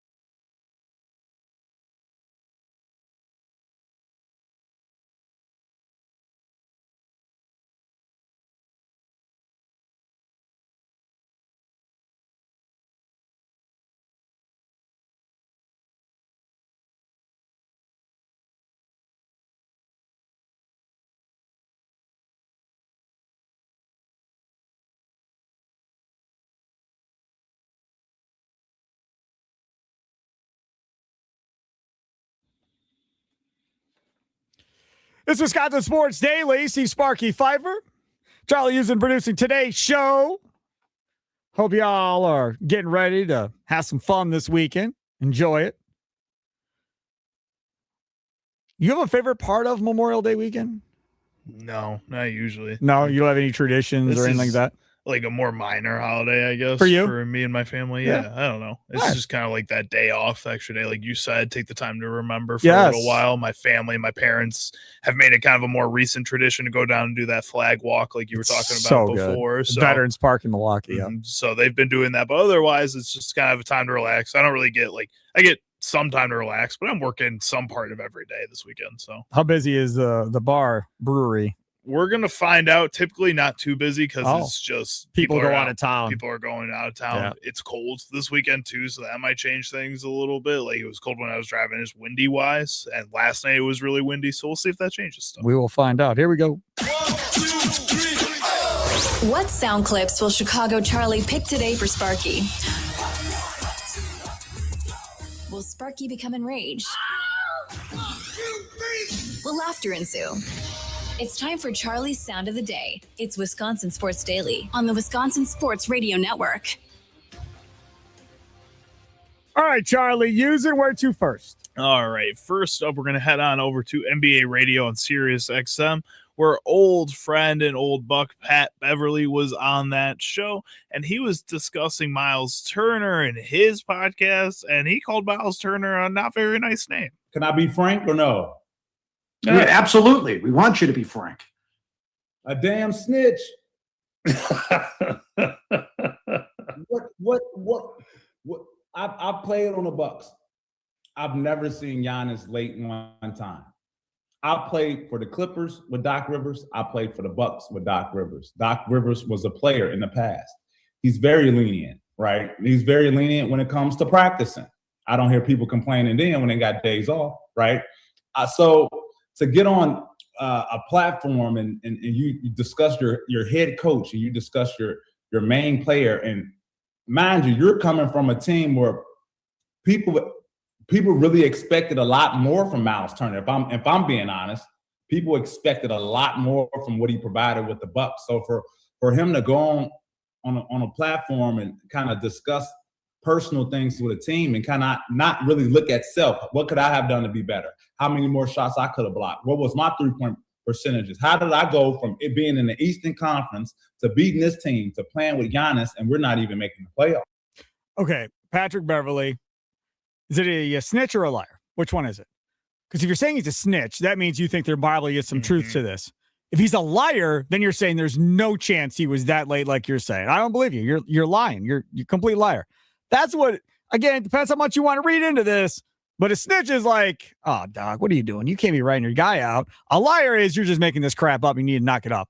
Two different things. He used the term snitch. I wonder if he had to do it again if he would say liar. Don't know. All right, what's next? Next up, we're going to hear from Paul Hembekides of ESPN. He's good. He was on Baseball Tonight with Buster Olney, and he was discussing some statistics that show how historically bad the San Francisco Giants are. 5.7% of their plate appearances have resulted in a walk. The league, as we've discussed, is walking at a higher level. It's 9.4% right now. So if we're going to do a little back of the napkin math, on a scale for which 100 is average, the Giants' league-adjusted walk rate is 63. That figure, 63, renders the Giants as the most walk-averse lineup since 1879. Plus, the Giants are the most allergic to walk team in 147 years. My first assumption was naturally they swing more than anybody else. That's not true. There are 3 teams in baseball that swing more than they do. My second assumption was that they chase more than anybody else, which is also not true. There are 3 teams in baseball that chase more than the Giants do. So as it turns out, Buster, the Giants are so walk-averse because their lineup doesn't elicit any fear. Right. They have seen a higher rate of pitches inside the strike zone than any team in baseball, and it is by a considerable margin. They aren't scared of Giants players in the lineup. You spent all this money on Devers, not working out. Spent all this money on Willie Adames, not working out. Like, and again, you could not like the manager because he was with the Vols. He's a good manager. This team just sucks.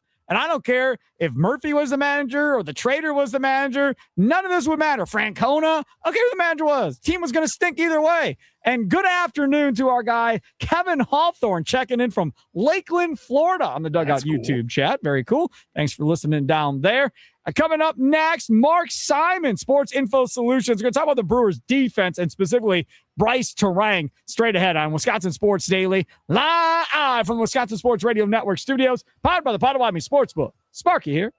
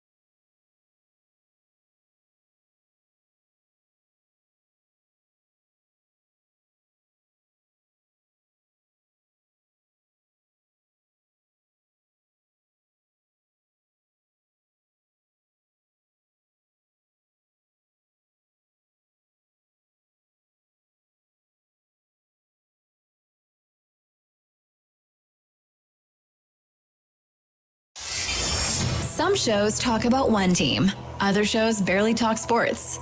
This show will talk Packers, Brewers, and Bucks. Every day. It's Wisconsin Sports Daily with Steve Sparky Pfeiffer on the Wisconsin Sports Radio Network.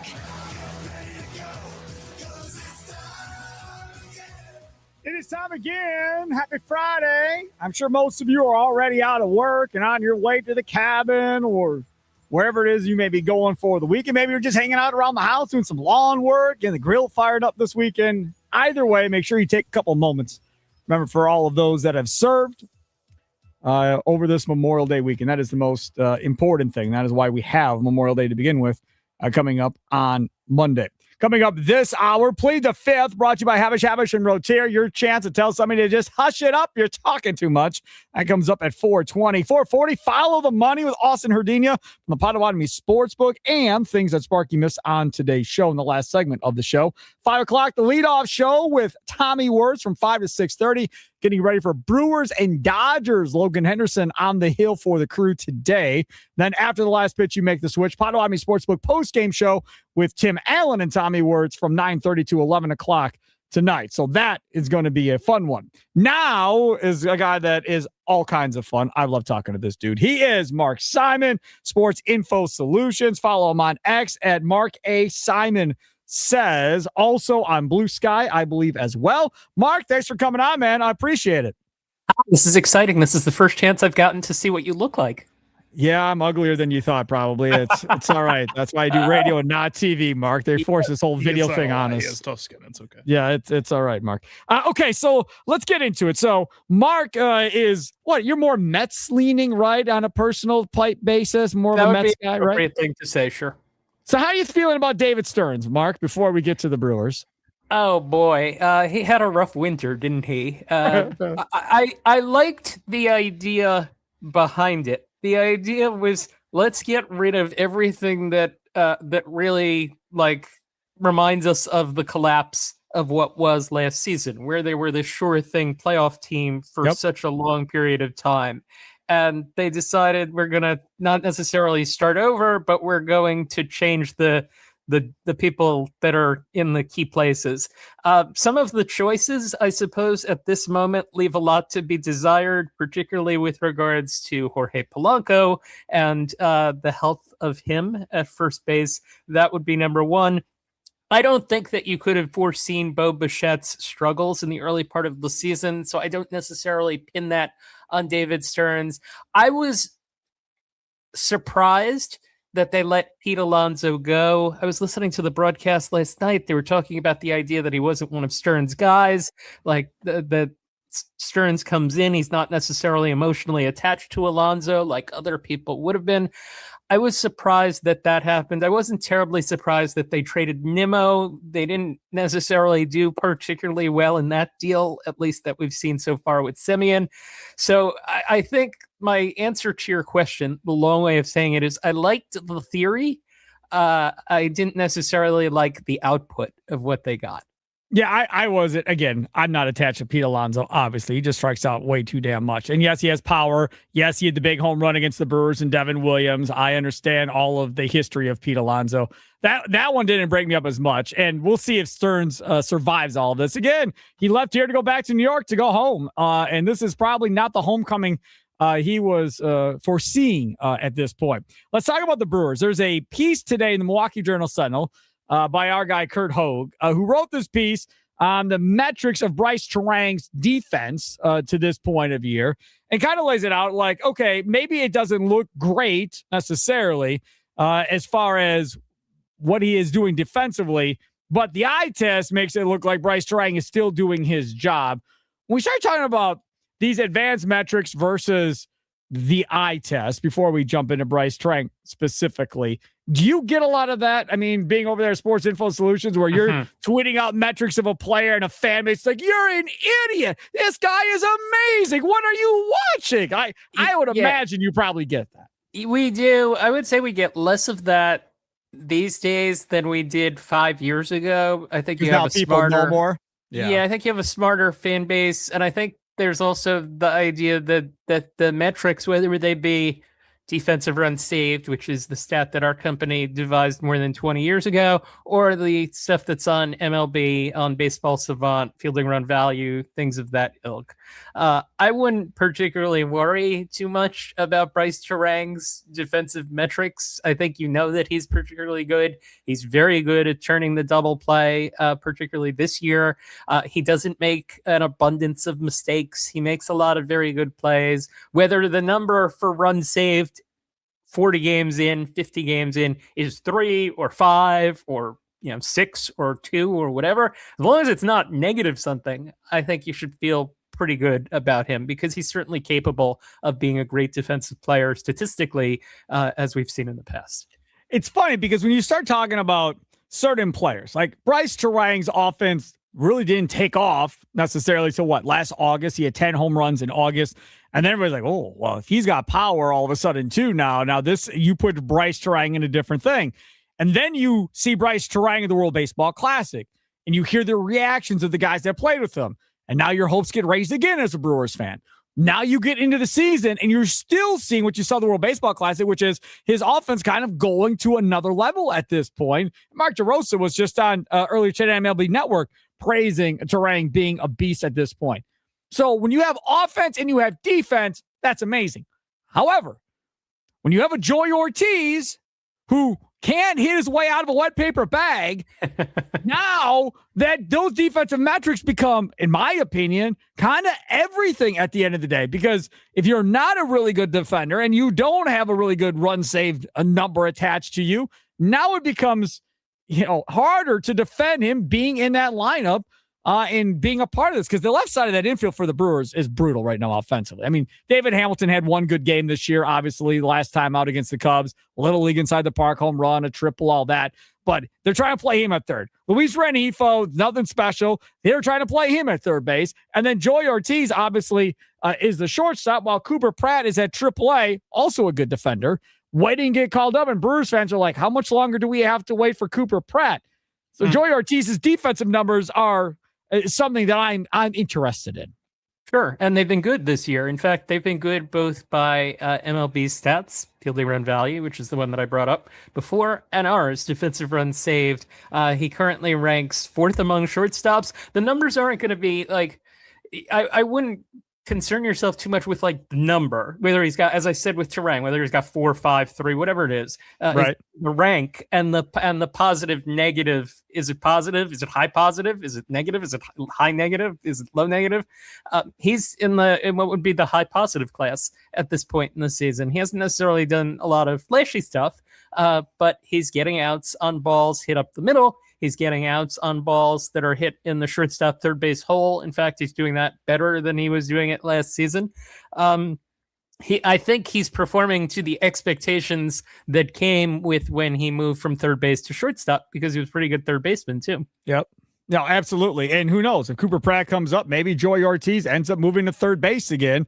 And he gets another run at third base to keep that defense on the left side of the infield. The defense is really, really good if it's Cooper Pratt and Ortiz, from what we hear about Pratt in Nashville. Talking with Mark Simon, Sports Info Solutions. The man is like the defensive fielding analytics genius that has been doing this kind of before everybody else. That's how I like to promote you, Mark. Mark A. Simon says on X. You can also find him on Blue Sky as well. Joins us here on the guest hotline, powered by Gruber Law. One call, that's all, as he joins us on the stream on X, Instagram Live, and on YouTube at WI Sports Radio. How much does team defense, correlate to the teams that win the whole damn thing on a year-to-year basis? And how much of that should Brewers fans be paying attention to? Because the one thing we've talked about with Pat Murphy, and even to a degree with Craig Counsell, with when Stearns was here before Matt Arnold, they have technically, or a lot of the times, really focused on that defense, specifically up the middle defense has been really a focus of this Brewers organization for a while now. I think it matches up pretty well. In terms of winning a championship, there are so many things that go into that. But do you have a team that is, but for instance, like, do you have a bottom third team in team defense that goes and wins a World Series despite maybe having a lot of bats but no defense? Yeah, that doesn't happen a lot. I will say I think the way that I usually look at it is like top half of defensive runs saved, bottom half of defensive runs saved. And if you're top half in defensive runs saved, your chance of making the postseason is considerably higher than being in that bottom half. You don't necessarily have to be first. It doesn't hurt, obviously. Sure. But if you just want to be in that upper tier, like look at last year. Last year you get this mix. You had the Rangers were the number one team in runs saved, but then you have the Cubs, the Dodgers, and the Blue Jays. Like I think that's pretty meaningful. And if you go down and you look at the teams that are like 20th to 30th, you're looking for playoff teams. You find like the Phillies, and that's basically about it. That's generally how it works. It's not like a perfect match. Oh, if you're this high in defense, you're going to make the playoffs for sure. But there's a pretty good chance, because chances are, if you have guys that are good at defense, they're good at athletes, they're good at a lot of other things. They probably can run, they can hit, they can field it, they can do a lot of things, and it kind of goes together with other skills. I want to touch on another player, William Contreras, because Contreras is going into the last year of his deal next year, if there is a baseball season. In 2027, it'll be in the last year of his deal. Now, meanwhile, they have Jefferson Kara, who's sitting at AAA, who, if healthy, looks to be a guy that can come up and essentially be the next catcher for the Brewers. They have another catcher that is coming along nicely at high A, the Timber Rattlers, and Marco Dinges. So they have a couple of catching prospects I think they're very high on. They have to make a decision on Contreras, again, maybe going into this offseason with an extension, or just letting him walk in free agency or trading him. Bat-wise, we know he's really good. Contreras, defensive-wise, has always been an up-and-down question. I think he's gotten better at framing, but not with ABS. Is that still as critical? I don't know. How do you rate William Contreras defensively right now? We have him for the last year plus as major league average. We had him somewhat above average in the past. There are things that we like with him. He actually has done fairly well by framing, by the way that we measure it. So I would upgrade him with regards to that. The stolen base against is actually pretty good considering what the major league number is, particularly this year, 9 out of 21. He's thrown out. That's excellent. But if you look at him in his time with the Brewers, the thing that is particularly encouraging is that the staff ERA when he catches is almost always really good. 3.6, 3.5, 3.6, 3.1 this year. And that helps him in terms of defensive run save value. There's like a kind of like a kicker that you get if you're particularly good at that. He can catch good pitchers and make them better. He can catch bad pitchers and make them decent. And I think that that's important to note. And he's, I would say, I would say he doesn't give you a reason to dislike him defensively. Okay. So I'll say this. I love him, right? Regardless of whatever the metrics say or whatever else, I think, and I've been saying this, I think he could potentially be like a Yadi Molina to this Brewers franchise. When Yadi Molina was catching for La Russa and Matheny, it did not matter who the pitchers were. Molina had them locked in, knew exactly how to attack the different hitters, was so good. And this year, you're hearing it more on the Brewers TV telecast, calling out Contreras for great pitch sequencing and stuff like that. Where in the past, maybe we didn't hear that as much on the TV broadcast, but you're hearing it more now about Contreras kind of going forward. That staff ERA number is interesting because I think if you're listening to Wisconsin Sports Daily right now, you're like, well, duh, he's got Miz. Duh, he's got Harrison. Like, of course it's going to be great. But Charlie, my producer, and I, we go back and forth like nothing against Gary Sanchez. It just doesn't feel like when Gary Sanchez is in there, they have the same type of success. And you look at the numbers, it's not that gigantic of a difference because, again, they've got good pitching. Right. Yeah. Hey, I would put trust in what you're thinking with regards to him. And I think that he certainly has had seasons, not necessarily every season. He's had seasons where where having him behind the plate is considerably better than having an alternative behind the plate. And let me ask you, let me interject. Can you come up with a guy, maybe it's Molina, that the staff ERA changed significantly when a starting catcher left to go somewhere else off of the top of your head where you're like, oh, yeah, that guy left and same pitchers, and it just did not go the same after that? No, I don't have a good answer for you. I'm not very good top of my head, so Right, I don't have an answer. To me, that's something that if I'm William Contreras and my agent, we got to know this going into this thing, right? Because if there's examples of, well, y'all said that about this guy, he left, and look at what happened to that staff on this team back in 2020, or this happened in 2022. If there's not a lot of examples of there being a dramatic change, I think that potentially works against Contreras, maybe from that perspective. Sure. The good news is that, if you want to pick up the team option, you still got him for next year. They will. It's a decision you don't have to worry about for a little while longer. Correct. Yeah, 1 year. And odds are they'll trade him this offseason and it'll be all done. But I hope they don't. They didn't trade Fielder. They let him walk in his free agent year. They normally traded Freddie. They did, but they don't trade position players normally. They trade pitchers. They traded Burns. They traded Hader, Devin Williams, Peralta, and that doesn't come back and bite them because they haven't figured out. Position players, though, even going back to even Doug Melvin, they rarely trade position players. Mark Simon, Sports Info Solutions, go check it out. They are amazing at what they do. Again, sportsinfosolutions.com. Follow him on X. Mark A. Simon says he's also on Blue Sky, too, if you want to follow him there. Mark, thanks so much for coming on, buddy. Good to see you. Yeah, this is cool. Thanks. You betcha. Take care. There he is. Mark Simon joining us right there on the guest hotline, powered by Gruber Law. One call. That is all. He is really, really good. And if I'm being honest, I found out about him because he used to be on The Score back in the day. And Rami Makloff and I started talking about him. And he's like, dude, he is so, so good. I was like, all right, fine. We'll give it a shot. And I've had him on ever since. I don't know how many years we've been talking to him, but it's been quite a long time now that Mark Simon and I have done interviews together. Coming up next, Plead the Fifth, brought to you by Habish, and Rotier. I was literally nominated in the last 5 minutes on the Nicolay Law Talk and Text line. You've got to be kidding me. I thought I was going to get through this whole thing without being nominated. Sometimes it just doesn't work out. Have you ever been nominated?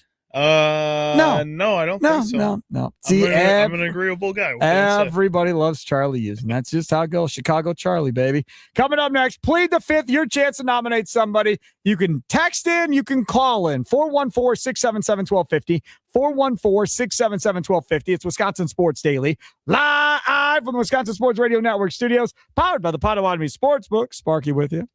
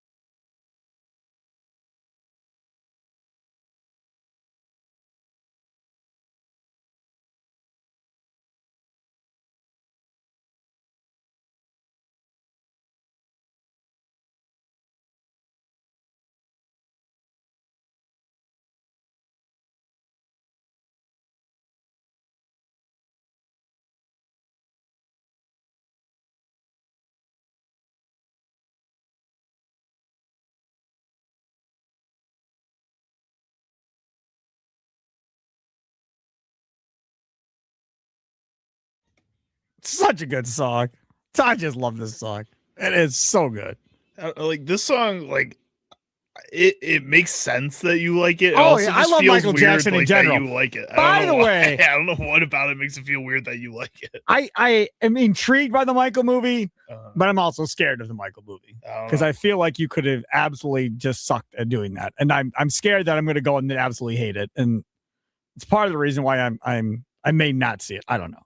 I'm not exactly excited to see it. It was never really on my radar. I think I was past the Michael Jackson generation. Dude, I had like the silver glove when I think I got it for my first communion. I like the silver sparkly glove and the whole deal. I like the Weird Al Yankovic parody videos more than I liked the Michael Jackson actual song. I can't do Weird Al, man. God bless you. Those of you can't do Weird Al. He was hilarious. Those of you that love Weird Al, God bless you. I just that. Did you see the Weird Al movie when that came out? No. Daniel Radcliffe, that was pretty good. Yeah, I know. I step up to the plate, take a shot at winning major prizes in the $300,000 Big League Series at Potawatomi Casino Hotel, Milwaukee, April through June. You can win a share of $300,000 in prizes. All monthly promo entries count towards the grand finale drawings on June 26th. Get triple the entries during Brewers home games and score one of 3 all-new Toyota vehicles. More info online. Must be 21 and a rewards member to play. Only at Potawatomi. All right, it's that time. I'm been nominated, apparently. Here we go.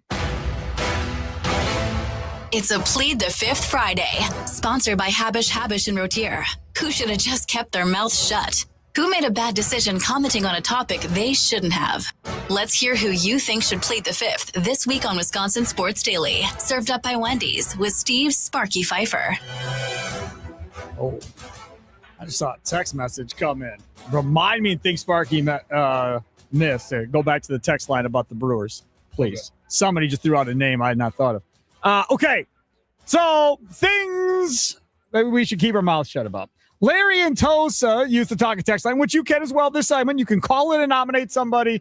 It can be literally anybody. Family members, sports talk show hosts, athletes, GMs, hosts on the Wisconsin Sports Radio Network, producers, whatever. 414-677-1250. 414-677-1250. 1250. Or thanks to Habish and Rotier for sponsoring the segment. Larry in Tosa says, due to his infatuation with Andrew Vaughn at third base, I enthusiastically nominate Sparky to plead the fifth. Andrew Vaughn at third base will be a disaster.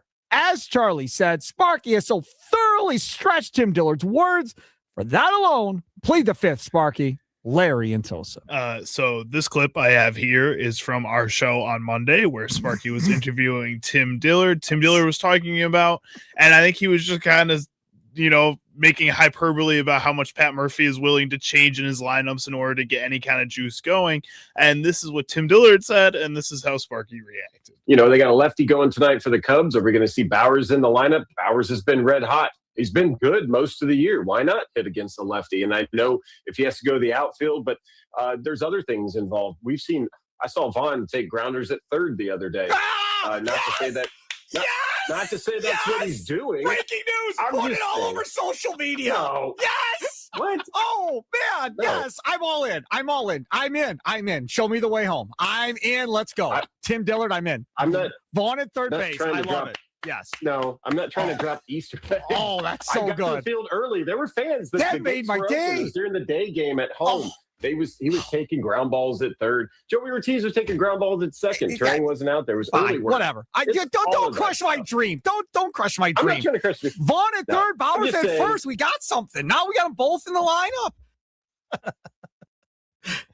I'm still excited about it. I don't care. I'm just as excited now as I was then. And listening to it then makes me more excited going into the weekend than I was before. And he may be horrible defensively at third, but let's just see it. Because clearly you're not sitting Jake Bowers because of how hot he is. I get it. I understand it. But Vaughn ain't going to play anywhere else. So either Bowers is permanently going to a corner outfield spot so Vaughn can play first, which they're not going to sit their boy Frelick, or Vaughn's going to have to go play a different position. So we'll see. But I'm very, very excited nonetheless. You might be intrigued by the lineup tonight for the Milwaukee Brewers. Vaughn's at third? No, Vaughn's not at third. Bowers is in the outfield, though. He's in left field. But again, Vaughn at third. When that happens, if that happens, Just hide the children and kids because I'm going to lose my mind when that happens. Go ahead. All right. Next up here, we're going to head on over to First Take, where we typically have somebody saying something stupid on there consistently each week. This is Mike Wilbon saying something stupid this week. He was saying that Aaron Rodgers is not a better talent than John Elway. I know you're younger than me 10 years, Stephen A. I know you're old enough to remember John Elway.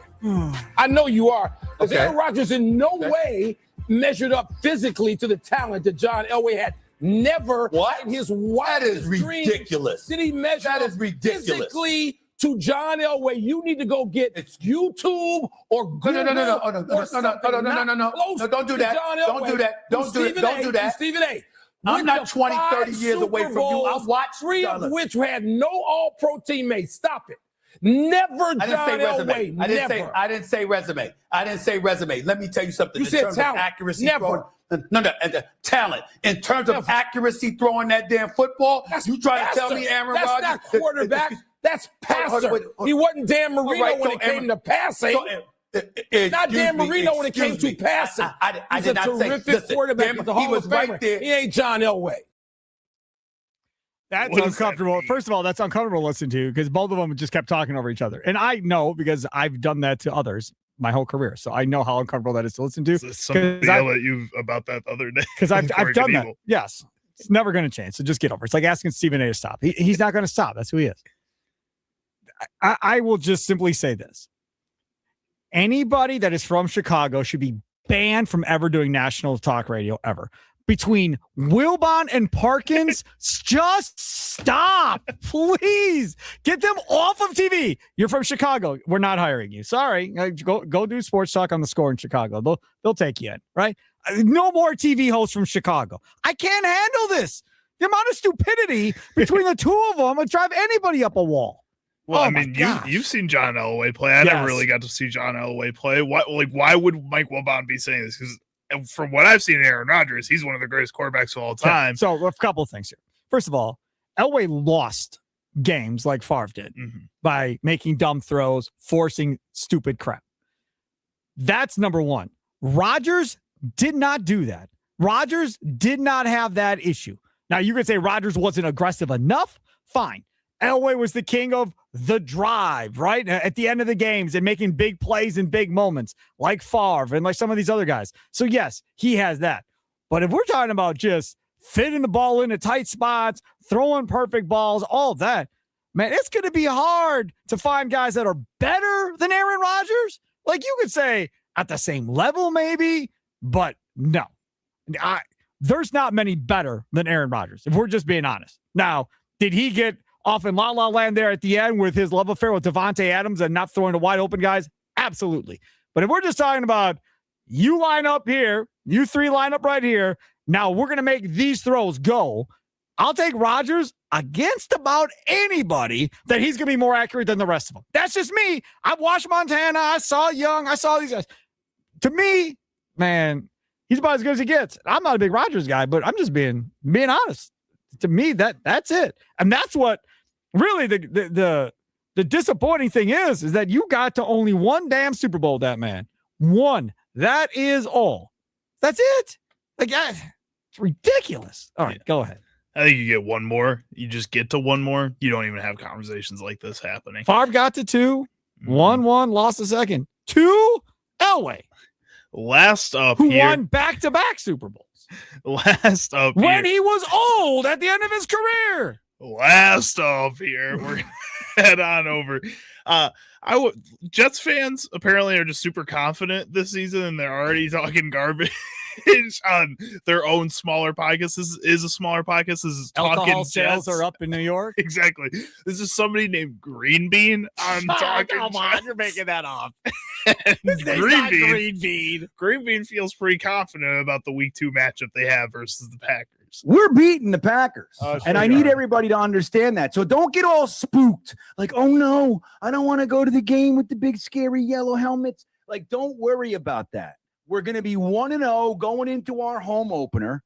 And they're not going to have Micah Parsons. Jordan Love is up and down and all around. That's not true. And it's going to be an interesting opportunity for us to let the NFC North know that we're not just gonna come in with our pink tutus on up north. We're coming in with boxing gloves on, and there are brass knuckles inside them there gloves. That's what's going on.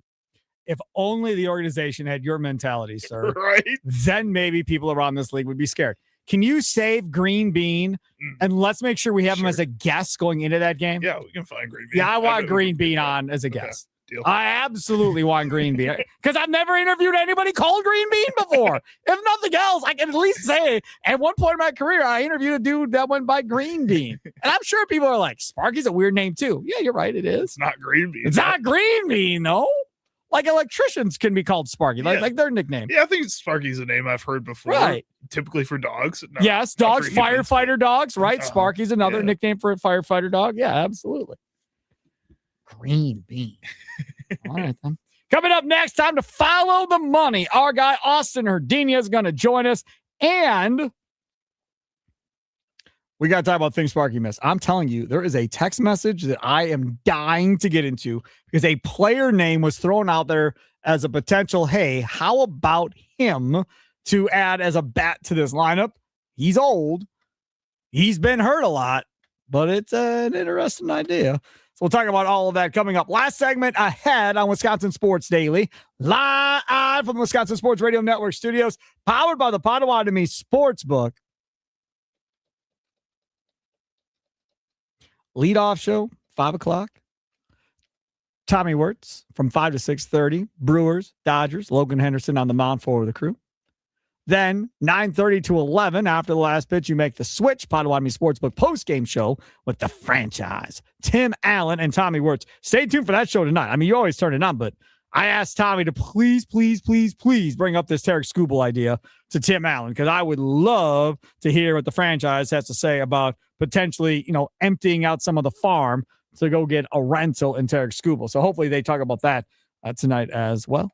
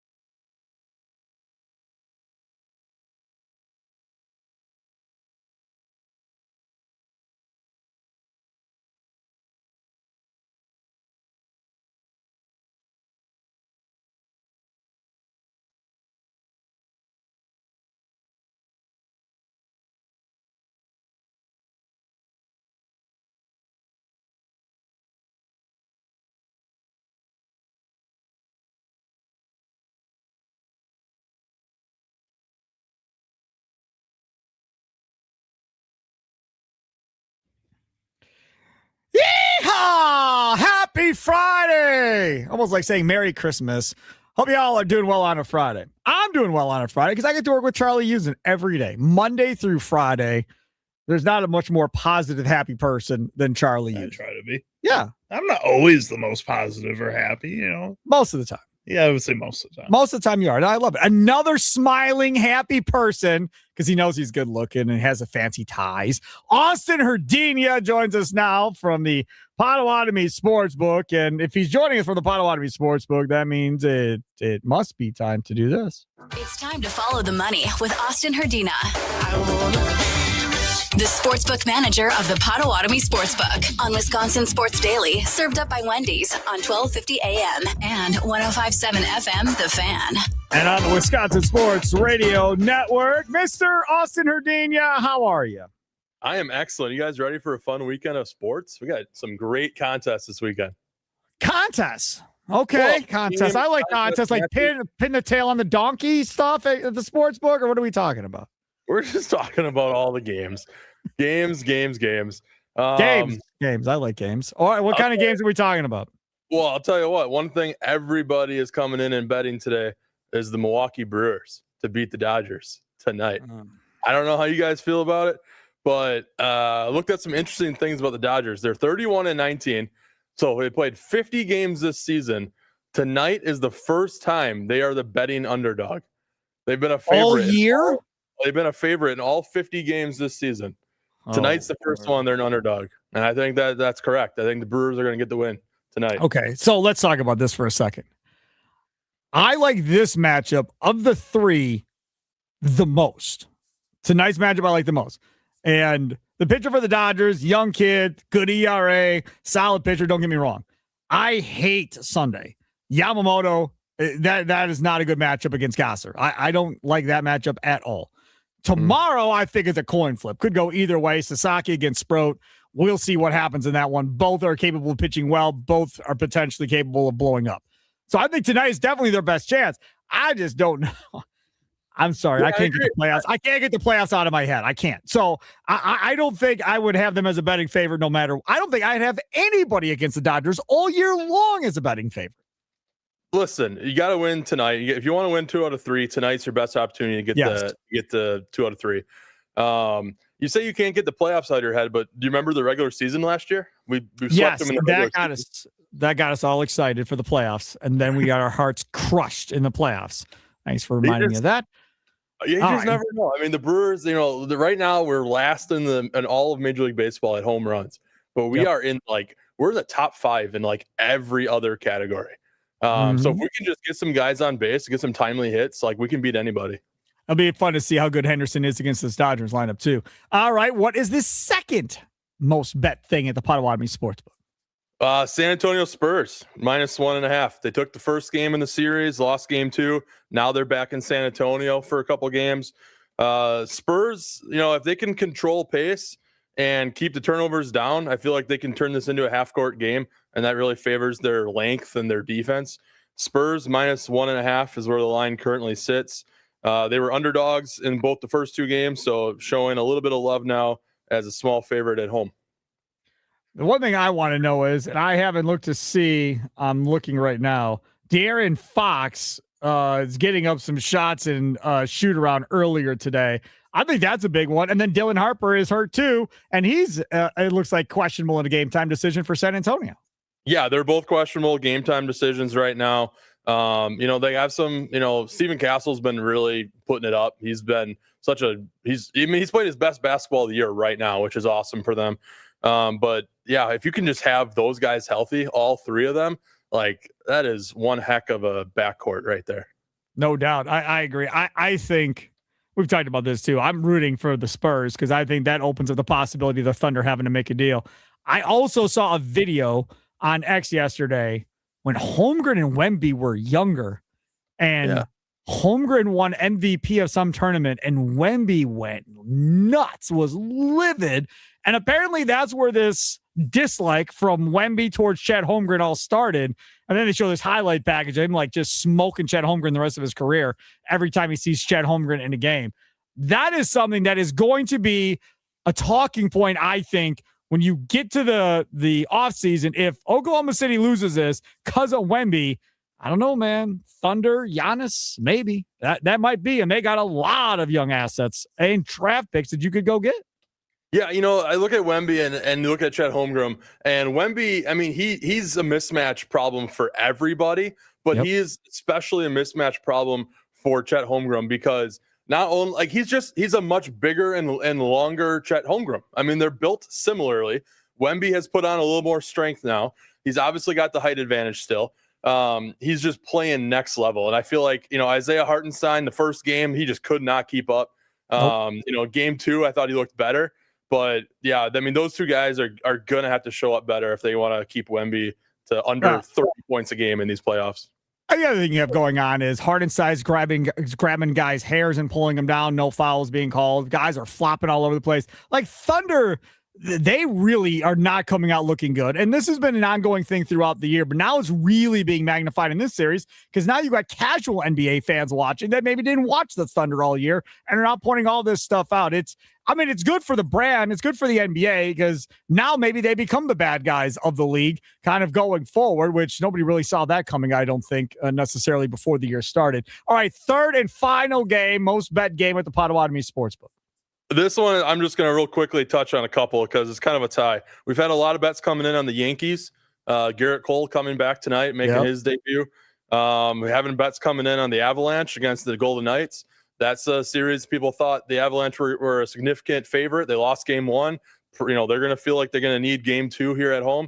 And then also WNBA. We get a lot of WNBA bets. Caitlin Clark coming back off injury tonight. Indiana Fever -5 in their game. So we got all these different sports going on. Great place to come watch all the games. I'm not a big NHL guy, but didn't the Avalanche, weren't they sitting waiting to play in that thing? Hadn't they been waiting for them to get to that series with the Knights in Vegas? Yeah, they waited a little while. Carolina waited longer in their matchup, Carolina against Montreal, because Montreal went 7. But yeah, it's a little bit of a wait for both Colorado and Carolina. Both were significant favorites to win in their series, and both lost game 1. See, just rust. They'll both come back and win game 2. See, I don't know anything about the NHL, but I got a little idea on the Avalanche because of another job that I have. Thank you so much. I appreciate you so much. Austin Herdania, Potawatomi Sportsbook manager. Go down and say hi. Tell him that you like his tie and his shirt. He likes that like forest green color. I feel, is that like one of your favorite colors to wear, the green? You like the green. This is black. I don't know if it's coming through. Or it looks green to me. Does it look green to you, Charlie, on X? It looks a little green, but yeah, it looks green to me. It matches the microphone. The backdrop is black. That's black. That's like more. I don't know what to tell you, man. It's black. It's a different shade of black, I guess. I might have to go down there just to go see it for myself to convince myself he's right. Everybody come see me in person. Tell Sparky if I'm wearing green or black. Tweet at Sparky Radio and let me know if it's green or black once you get up close and in living color. Thank you so much. I appreciate you, Austin Herdania. Have a good weekend. Thanks. Have a good weekend. There he is, Austin Herdania, checking in. Hey, our friends over there at Habish and Rotier want to remind you of something, parents. When was the last time you checked your child's car seat? Even if it looks fine, it may be recalled or expired and no longer meeting the safety standards. The right car seat reduces the risk of fatal injury by 70%, but only if it's safe and current. Visit habish.com/car seats to see if your seat needs to be replaced. Brought to you by the attorneys over there at Habish, and Rotier. Again, Habish.com, national reputation, hometown service. If you're hurt in a car accident and you're looking for somebody that you can trust, that's going to do the best job they can for you and to get you what you deserve at the end of the day, and somebody that's approachable, that treats you like a family member, treats you like a friend, and isn't going to look right through you until they get to their next case. These are your people. 13 locations across the state of Wisconsin. Been going since 1930. This is where you go. Habish.com. Habish and Rotier, national reputation, hometown service. Only got a couple minutes left here, so time for things that Sparky missed. I'm not going to play the open because I need to save time. Quickly here, a couple things. One, I did not realize, so after we were off the air yesterday, that Kyle Busch passed away. Absolutely stunned. Shocked, all of that. I've interviewed him several times. I've interviewed his brother, Kurt Busch, probably more than I've interviewed Kyle over the course of time. Back in the day, I used to do a NASCAR racing show for years in Milwaukee. So got to interview all those guys. And he was one of a kind, man. And I love all these montages people are putting together of him cussing people out, cussing drivers out, all this, and his rowdy nature. That was his nickname, Rowdy, back in the day. So really stud. One of the best race car drivers, I think, that has walked planet Earth, in my opinion, no matter what you put him in. Damn good. And Tommy and I were talking about, I don't know too many NASCAR drivers. I knew him. And that was a pretty crazy, just kind of out there, whoa moment for sure. On X, I got a text that came in earlier from the 262. Mike Trout would be awesome in this lineup. Would take about as much as Yordan Alvarez, but controllable for 4 years and the duration of our young studs. That is an interesting name because Trout looks like maybe he's figuring it out a little bit this year. The problem is, man, he's hurt every single damn year. I mean, we talk about Yelich always being hurt. He's been hurt even more than Yelich has been hurt over the course of time. And 4 years, and he's older. So the odds are he's going to continue to get hurt because he is older. That would be, I think, a concern for me. And, you know, the money's not going to be cheap on Mike Trout either. No, but he's healthy right now, and he's playing really well right now, man. 4-year commitment. And I am not giving up all those prospects for a guy that's always hurt. But if you do Yelich and 1 to 2 prospects, to so you're going to move Yelich in this deal to get Trout back? You'd have to, I think. I'd rather have Tarek Skubal myself. Go back, listen to that big conversation at 2 o'clock. It went on for about 40 minutes. And then you're listening to Anthony Witrado with his take on it as well. But thanks to Anthony Witrado and Mark Simon for both joining us. Plus, we talked about the Uke film with Michael Volman and Steve Farr, co-directors of the film Uke, coming to movie theaters on July 24th. That'll do it for this show. It's been Wisconsin Sports Daily, live from the Wisconsin Sports Radio Network studios, powered by the Potawatomi Sportsbook. Coming up next, the leadoff show with Tommy Wirtz gets you ready for Brewers and Dodgers at American Family Field. Have a good Memorial Day weekend. Enjoy it, Wisconsin. Toodles!